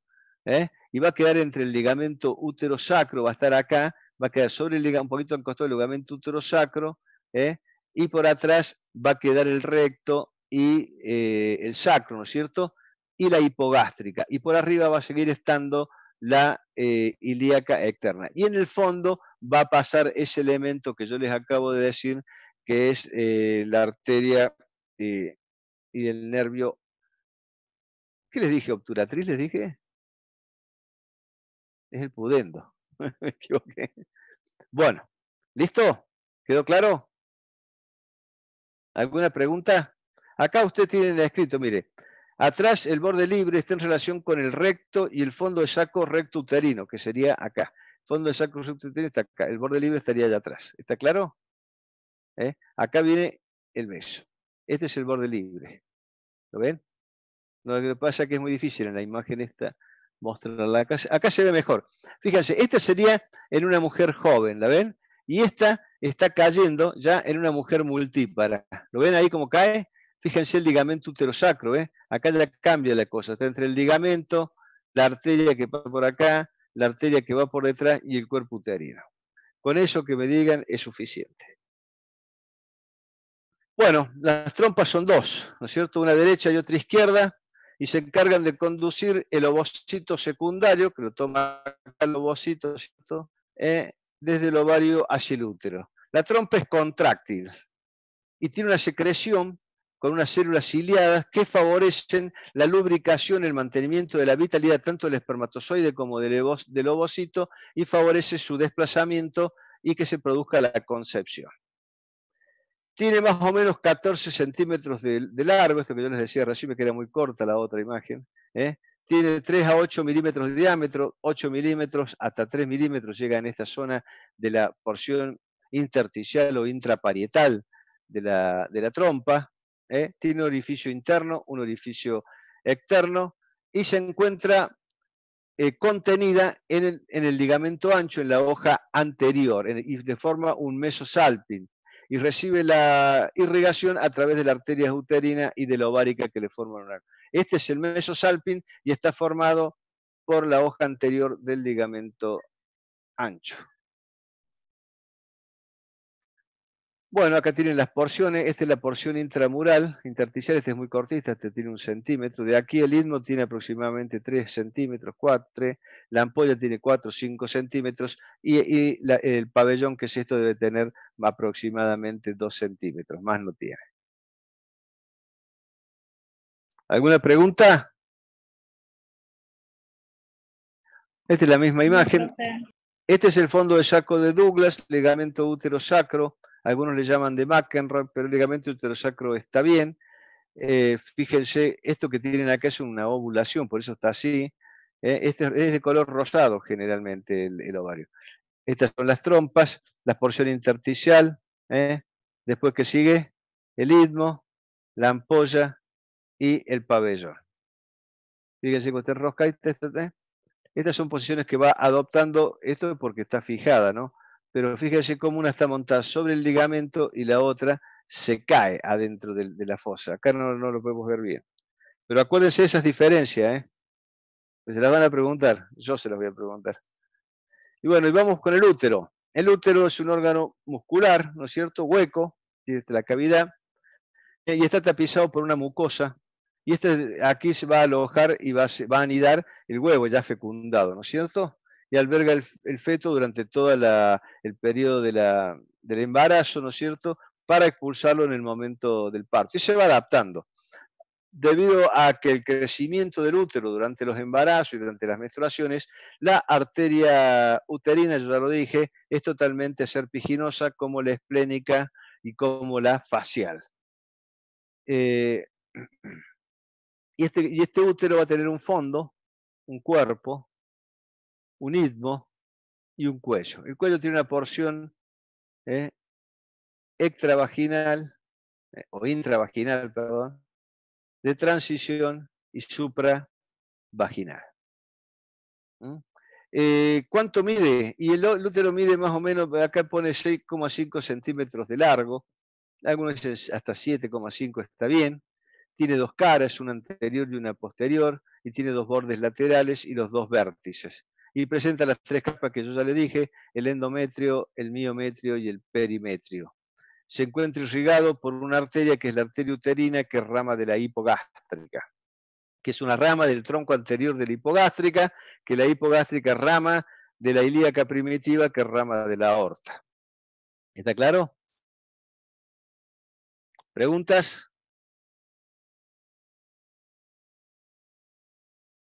¿Ninguna pregunta, chicos? No, profe. Bueno, justamente, el útero... Justamente esto. Esto es lo que yo te iba a decir, si hablabas de la posición anatómica del útero con respecto al cuello. Ahora vamos a hablar de eso. Okay. El útero, en la mujer, acá dicen, el útero normal de la mujer en edad reproductiva se presenta en antevertoflexión. El útero se presenta en las mujeres normales o anormales, salvo que tenga una anomalía ginecológica, en el 80-90% de los casos en posición de anteversoflexión. ¿Qué es la posición de anteversoflexión? Es la posición, ¿no es cierto?, relacionada del útero con la pelvis ósea. Anterior, ustedes fíjense cómo cae sobre la vejiga, sobre el techo y la pared posterior de la vejiga. Y el cuello viene también hacia la vejiga. Cuando este ángulo, voy a tomarme el atrevimiento de hacer un dibujito porque va a ser más fácil. Siempre y cuando encuentre... los dibujos tuyos son... No, vamos a hacer un dibujito. No, esto es así. Si este es el útero, y este es el cuello, cuando se miran esta cara con la misma cara anterior del útero con el cuello, esto es anteflexión. ¿Está claro? Eso es anteflexión. ¿Les quedó claro eso? Ahora, ¿Cuándo? Eso es anteflexión. Ahora, basado en este eje, porque ahí es donde hacen los líos, basado en este eje, que es el eje longitudinal. Y estos dos son ejes oblicuos. Este sigue el de la vagina, el de la pelvis, perdón, y este sigue el del útero. Entonces, la versión, dice, relaciona ¿cuándo va a ser retroversión? Si nosotros hacemos esta imagen así. Este viene a ser el útero, y acá tenemos la línea esta. Esta es la cavidad pélvica y la línea que la corta. Esto es posterior y esto es anterior. Cuando el útero cae hacia acá atrás, eso es retroversión, que sería con esta línea. ¿Está claro? Cuando el útero cae hacia adelante, eso acá es anteversión. ¿Está claro? Es este eje. Pero es muy difícil, salvo que tenga adherencias muy firmes, que el útero esté en retroflexión con anteversión del cuello. En general, la retroflexión va con anteversión o con retroversión. Pero la más frecuente es que haga esto, anteversión y anteflexión. Entonces, que el útero caiga acá, en esta cavidad, no acá atrás. Si cae acá atrás es retroflexión, y que el cuello mire la cara anterior del útero. Eso es anteversoflexión. Y la flexión, acá lo da, es relación entre el eje longitudinal del cuerpo uterino, que es este, y el eje longitudinal del cuello uterino, que se cruzan a nivel del istmo, que es esto. Acá se cruzan estos dos, este y este. Y cuando miran hacia el mismo lado es anteflexión, hacia la anterior, y cuando miran hacia posterior, si este se va hacia adelante, va a ser retroflexión uterina con anteflexión del cuello uterino. Eso va a ser una retro. Claro, va a ser una retroflexión, va a ser una anterretroflexión. Así va a ser. Y si no, retroflexión sola. Esto se da a veces ya en las mujeres que han tenido partos, han tenido muchos embarazos, o ya viene formado así anatómicamente, ¿no? Bueno. Corremos todo. Qué grande, qué maravilla. ¿Se entendió, no? ¿Entendieron, chicos? ¿Ah? No me digan que sí, como los locos. Después pregunto, ay, yo no me había quedado claro. Díganme, no, doctor, no me quedó claro, y lo aprobamos y lo hicimos nuevo. Bueno, y acá tienen el útero normal de la mujer en edad reproductiva. En general, entonces dijimos 80-90% anteversoflexión. Acá lo tienen. Esto es el recto, para que no nos confundamos. El recto, acá teníamos la vejiga, ¿no es cierto? Acá están las asas de intestino delgado. Y esto que tienen acá es el útero. Y esta es la vagina. Y fíjense cómo la pared, en la región de la pared posterior, fíjense, ¿lo ven ahí? La inserción de la vagina en el útero es más alta, casi 1 o 2 centímetros más alta que en la región anterior. Acá se inserta acá, y acá la vagina se está insertando más o menos acá. Esto es importante, porque cuando ustedes vean la imagen, si ven que la vagina va más alta, eso es posterior, no se confunden. Membrana de Denon-Villiers o recto vaginal, y acuérdense de la vagina, porque aquí en la vagina se van a insertar muchos elementos. Esta es la vulva, ¿la ven ahí? Fíjense el color de la vulva, cómo cambia con respecto a la otra piel. Y acá tenemos el fondo de saco de Douglas, ahí lo tienen. Esto que tienen acá es el espacio pelvis subperitoneal, que para los entendidos, y porque siempre lo pregunto y a Pablo le encanta preguntarlo, este es el espacio pelvis rectal, porque va a estar por arriba de los elevadores y por arriba que con esta zona ya no es tan importante el elevador, sino ¿quién? El transverso del periné. Pero aquí está el espacio pelvis rectal, porque ya no está el peritoneo, la fascia que cubre los elevadores. Yo le digo fascia que cubre los elevadores, porque para mí para no confundir a nadie. La fascia que cubre todos los elevadores, así no se confunden. Y después vienen los elevadores, y entonces ese espacio entre los elevadores, el peritoneo acá en este caso el útero, más atrás el recto, si fuera más posterior la imagen, ¿no es cierto? Tenemos el pelvis rectal. El pelvis rectal es importante porque aquí se encuentra los vasos hipogástricos, arterias, venas y nervios hipogástricos. ¿Está claro? ¿Quedó claro eso? Sí, yo ahí le quería, decir a uno de los alumnos que preguntó, creo que a Paula, el triángulo de Pauling. Si ustedes ven la cara posterior de la vejiga, está apoyada sobre la cara anterior de la vagina. Entonces, la desembocadura de los uréteres y la salida de la uretra femenina hace una impronta en la cara anterior de la vagina y ese es el triángulo que vos me preguntabas, Paula. ¿Cuál te preguntó? ¿El triángulo de Lito? No, de Pauling en la mujer. Ahí no. entendí, profe. Ese es el triángulo. Bueno, yo lo tenía como triángulo de Lito, Claro, pero ese es dentro de la vejiga con la impronta de la próstata, o sea, del techo de la próstata. En cambio, en la mujer, en la cara anterior de la vagina, se hace la impronta de la llegada de los uréteres y la salida de la uretra, que sería el trígono de Lito en el hombre. Claro, en la cara posterior es el triángulo de Lito. Es el trígono vesical se llama. Claro. Que está por debajo de eso, si uno ve por debajo, y uno abre por debajo el techo de la vagina, va a caer sobre la vejiga, la zona de los cistoceles, o sea, de los prolapsos vesicales. La pared anterior de la vagina y posterior o profunda de la vejiga. ¿Se entendió? Sí. Sí, lo único que el cursor a mí me parecía que estaba en la zona perineal abajo. ¿Dónde? No, me aparecía a mí más abajo, pero no importa. Mientras que lo hayan entendido.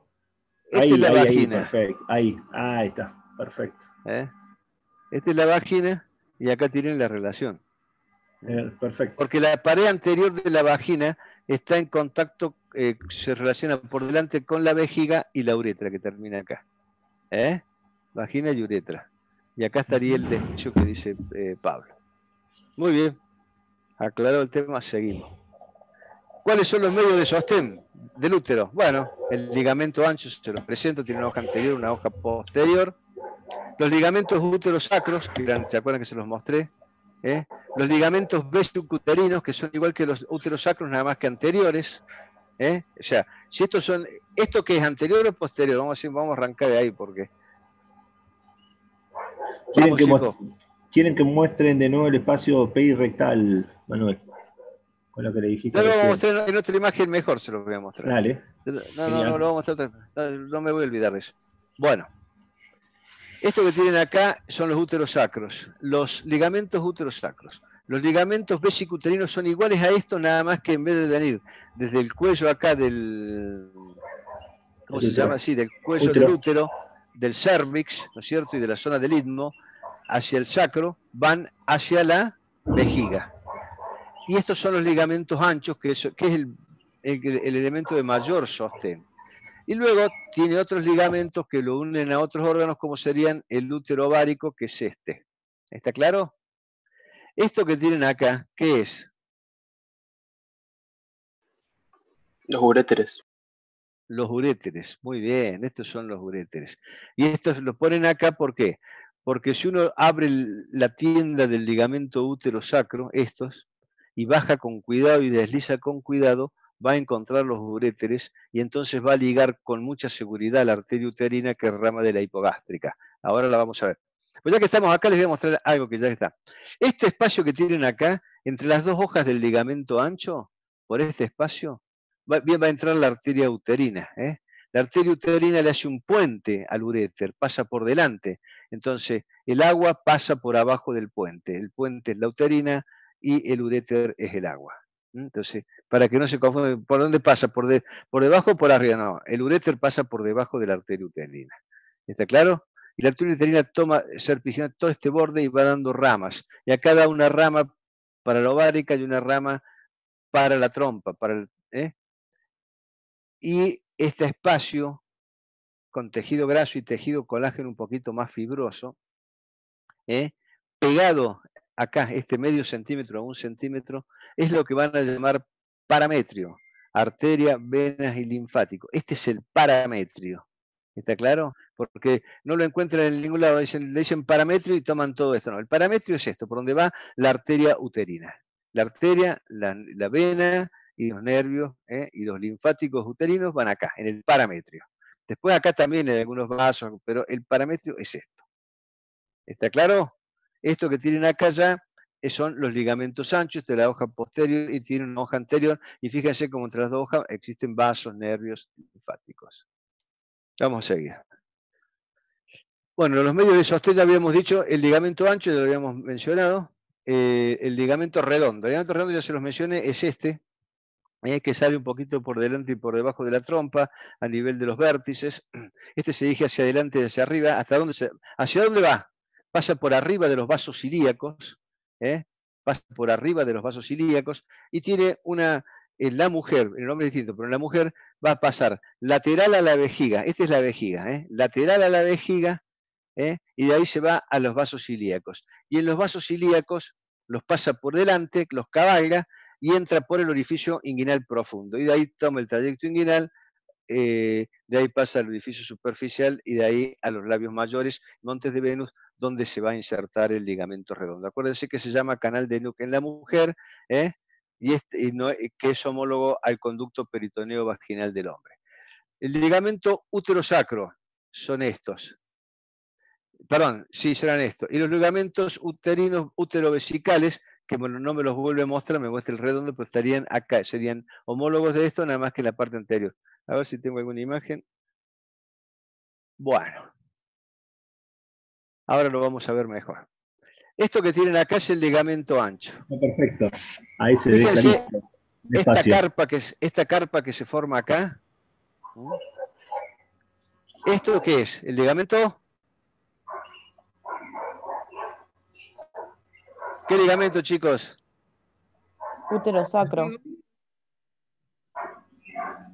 No. El redondo. Miren, ese es el ligamento redondo. Fíjense que esto es anterior, este es un corte anterior.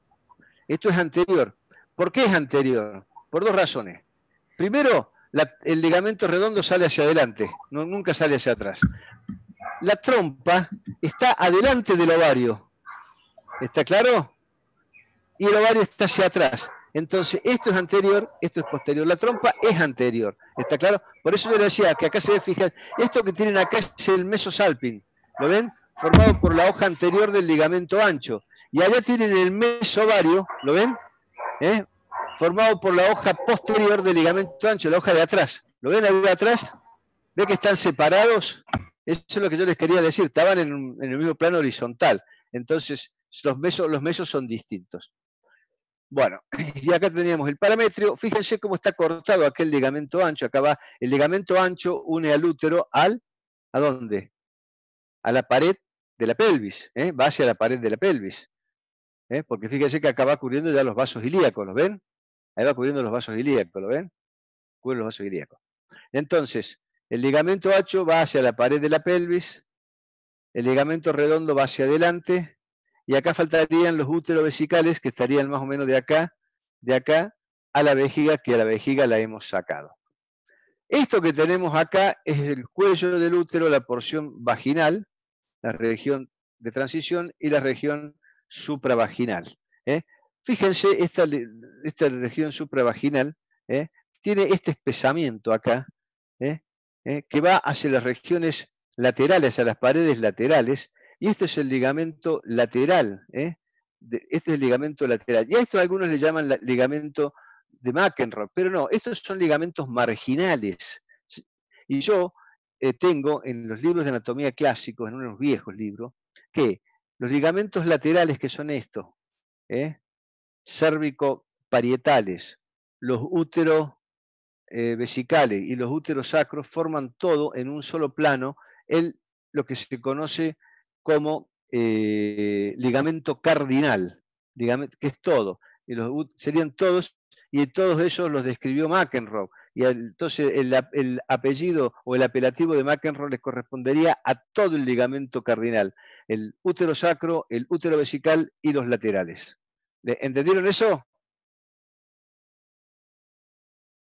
Otro elemento de fijación es la inserción de la vagina, que se va a insertar en el cuello uterino, en 1 centímetro, un poquito en la región anterior, sube 1 centímetro, centímetro y medio, y en la región posterior puede subir hasta 2 centímetros y medio sobre el cuello, sobre el cervix. Esto que tienen acá son los elevadores del ano. ¿Lo ven ahí? Esto que tienen acá, ¿qué músculo es ese? El obturador interno. Sí, señor, muy bien. Tiene el obturador interno, la fascia obturatriz, que cubre el agujero por dentro y por afuera, y acaban los vasos obturadores, y por fuera el obturador externo. Y este es el elevador del ano que tenía 3 fascículos, ¿se acuerdan? Esto que tienen acá es el músculo transverso del periné, el transverso profundo del periné, que viene a insertarse a las paredes laterales del útero, junto con ramos del elevador del ano que también vienen a las paredes laterales del útero. ¿Por qué? Porque el rafé que viene hacia acá, ¿no es cierto? Está interrumpido por la vagina. Está interrumpido por la vagina. Entonces vienen a la vagina, el transverso del periné, transverso profundo y los elevadores del ano. Y queda el espacio este, que el doctor se lo va a preguntar sí o sí, ya le digo, entre la vagina, más atrás con el recto, el peritoneo del piso pelviano, el elevador del ano, y acaba todo el plexo hipogástrico, arterias, nervios y venas de ambos lados. Este es el espacio pelvirrectal o pelvianal, que le dicen otros. Por debajo de los elevadores, sí. No, era para Fernanda, que quería saber cuál era el espacio pelvirrectal. Ese es en la mujer, ¿no? En la mujer. El pelvirrectal en la mujer, se entiende. Lo que pasa es que uno generalmente te muestra el pelvirrectal con el recto, con la pared de la pelvis y el recto. Pero también está la vagina un poco adelante y pertenece al mismo lugar. Entonces, todo esto se extiende en profundidad. Tienen que tomar la tridimensión. Esto por detrás, ¿no es cierto? Aquí tenemos esta pared. Más atrás va a ser el recto, la pared medial. Y la pared va a seguir siendo lateral, va a seguir siendo el obturador interno con la membrana obturatriz. El techo va a ser el peritoneo y el piso va a ser el elevador del ano. A su vez, este elevador del ano me va a dividir en un espacio por arriba de los elevadores, que era el pelvirrectal, y un espacio por debajo de los elevadores. Ese espacio por debajo de los elevadores se llama isquio rectal, porque acá ya no vamos a tener todo esto, sino que vamos a tener el isquion. El isquion, el recto y los elevadores. ¿Está claro? ¿Quedó claro? Que sería toda esta zona. Y el isquio rectal, dividido por el transverso profundo del periné, vamos a tener un isquio rectal superior y un isquio rectal inferior. Por este isquio rectal superior van a venir los vasos pudendos internos, arteria, vena y nervio. Acá llegan y de ahí se van a distribuir por todo el periné, porque los vasos pudendos y los nervios pudendos son los que van a irrigar, van a inervar y van a hacer el drenaje de la sangre de toda la región perineal, que es la región urogenital o región del rombo anterior. ¿Se entendió eso, chicos? Me expoliaste el parcial, Manuel, que no vuelva a pasar eso de expoliar, No, porque ellos tienen que saberlo. Si saben eso es porque estudiaron y escucharon.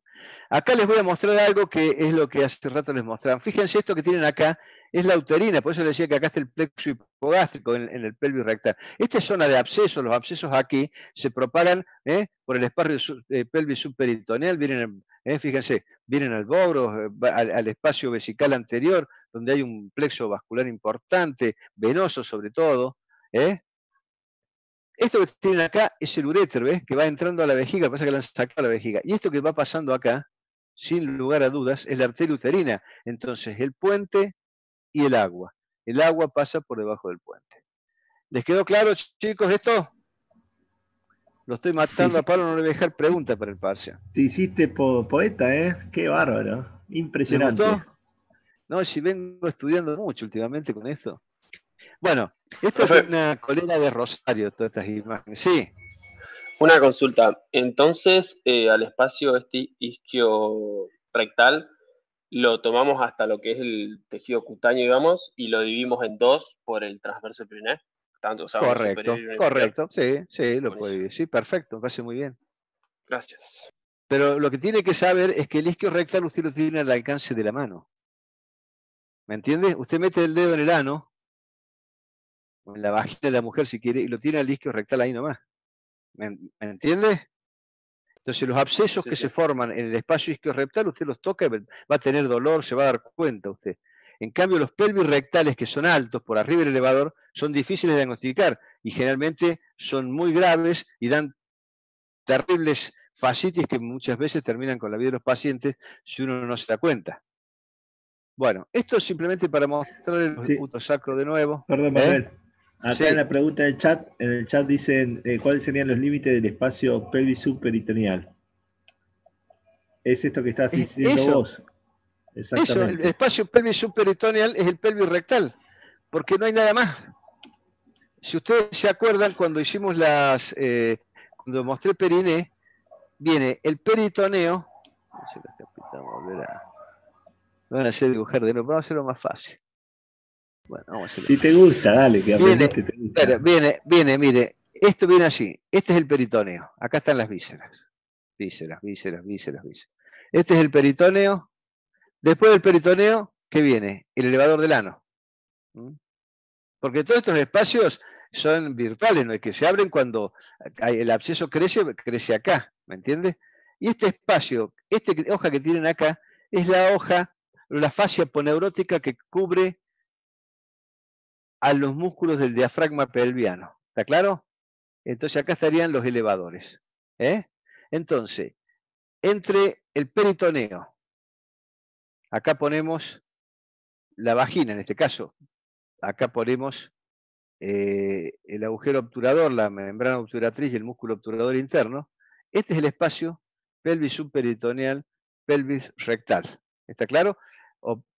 ¿Por qué? Porque si acá en vez de la vagina, esta es la parte anterior, en la parte posterior van a poner el recto y sigue siendo el mismo espacio.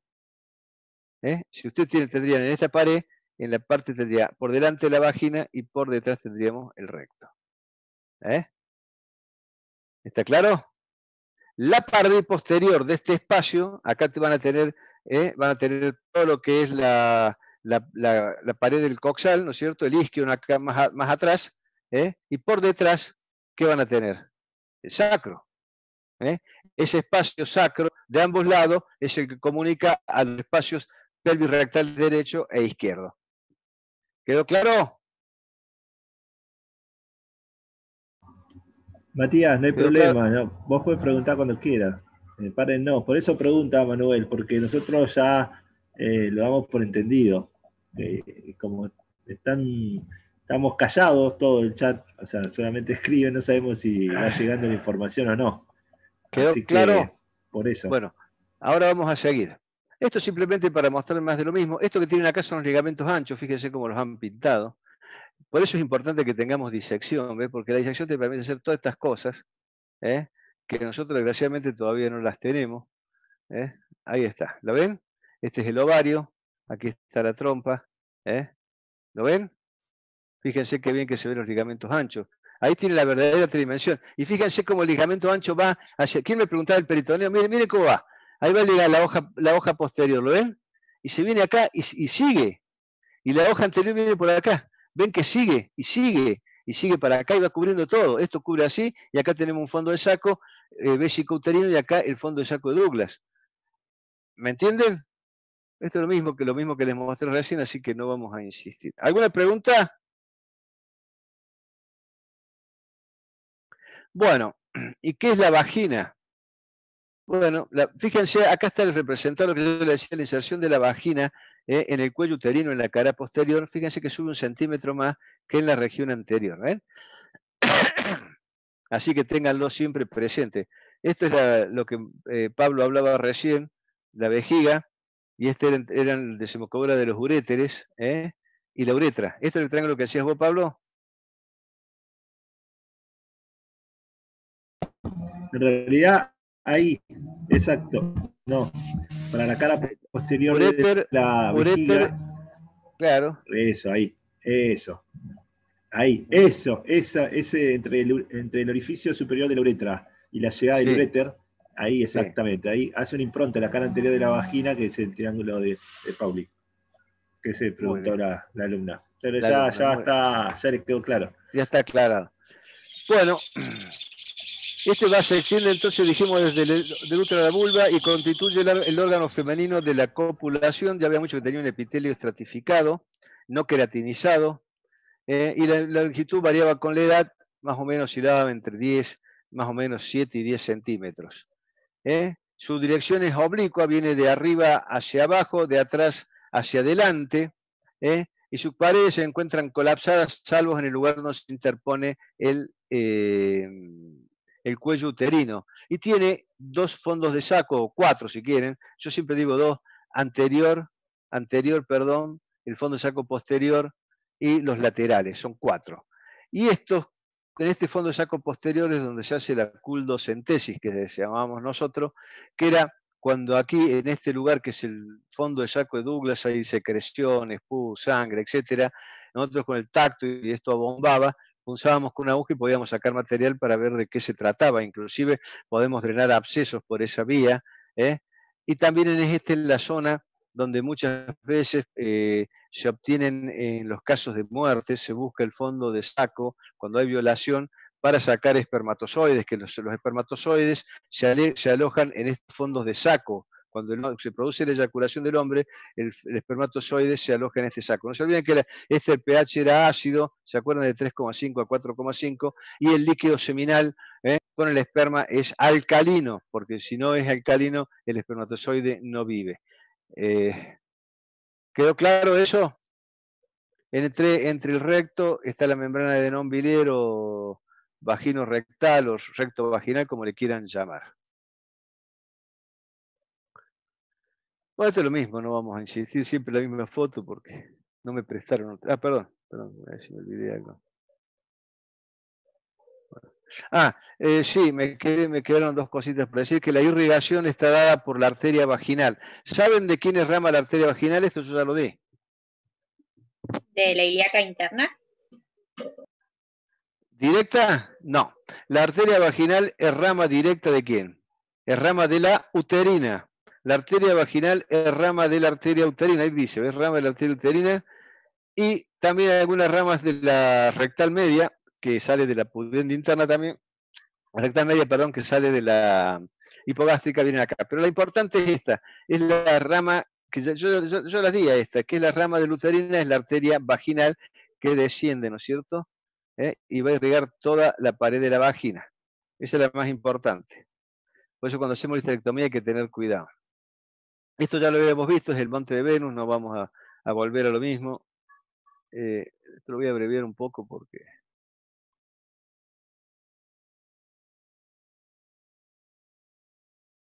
Bueno, y este sería para el hombre. ¿Seguimos, Pablo, o dejamos acá? No sé cómo lo ve. No sé, los chicos me parece que tienen fisio. Estaba mirando eso casualmente. 8 menos 10. ¿Tienen fisio, chicos? Bueno. Ya están que no responden.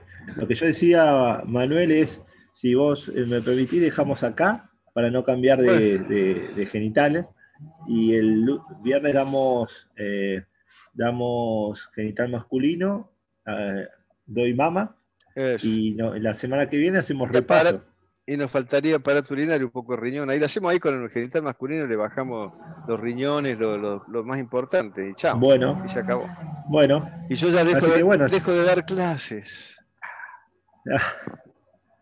No, pero necesito que te conectes, porque si no, las clases no son lo mismo. No, y bueno. Hay una cosa que tienen que saber, chicos, es que, por ejemplo, esto es un problema que les voy a dar que resuelvan para la próxima clase.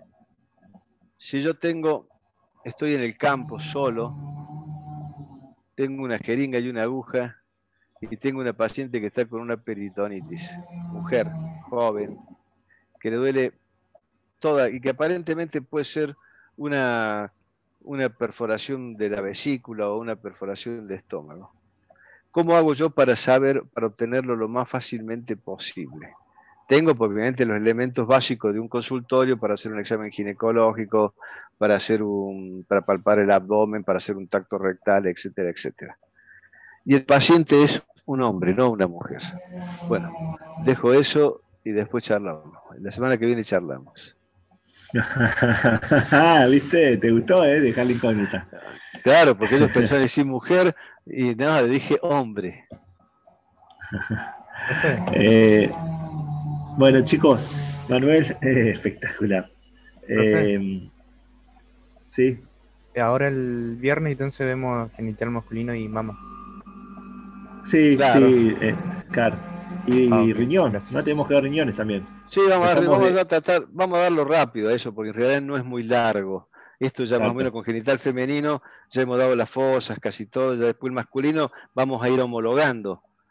Yo ahí les voy a repasar el conducto inguinal rápidamente, y ahí ya sale el sistema urinario, sale casi junto con el genital masculino. No está. Bueno, entonces la clase que viene, genital masculino y urinario con mama. Y la otra semana tenemos repaso. Hacemos el miércoles y viernes repaso. Y el sábado nos vemos en esta instancia. Bueno. Muy claro, Manuel. ¿Te gustó? Sí, hicimos cortita, simple. Dimos todos los elementos que son importantes. Mostramos las fosas pélvicas que siempre traen problemas. Así que bueno. Muy bien.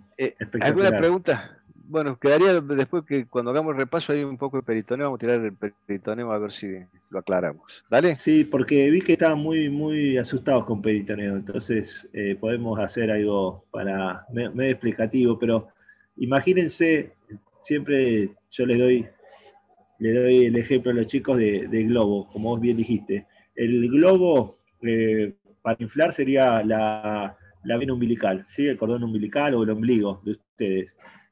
Inflan y eso se expande y deja la impronta de todos los órganos que están adentro del peritoneo, ¿sí? Y los envuelve. Entonces todos están recubiertos por el peritoneo. Pero bueno, eso lo vamos a repasar el miércoles que viene. ¿Parece, Manuel? Sí. Bueno, chicos, nos vemos. Bueno, esto fue fácil, simple, no se compliquen la vida.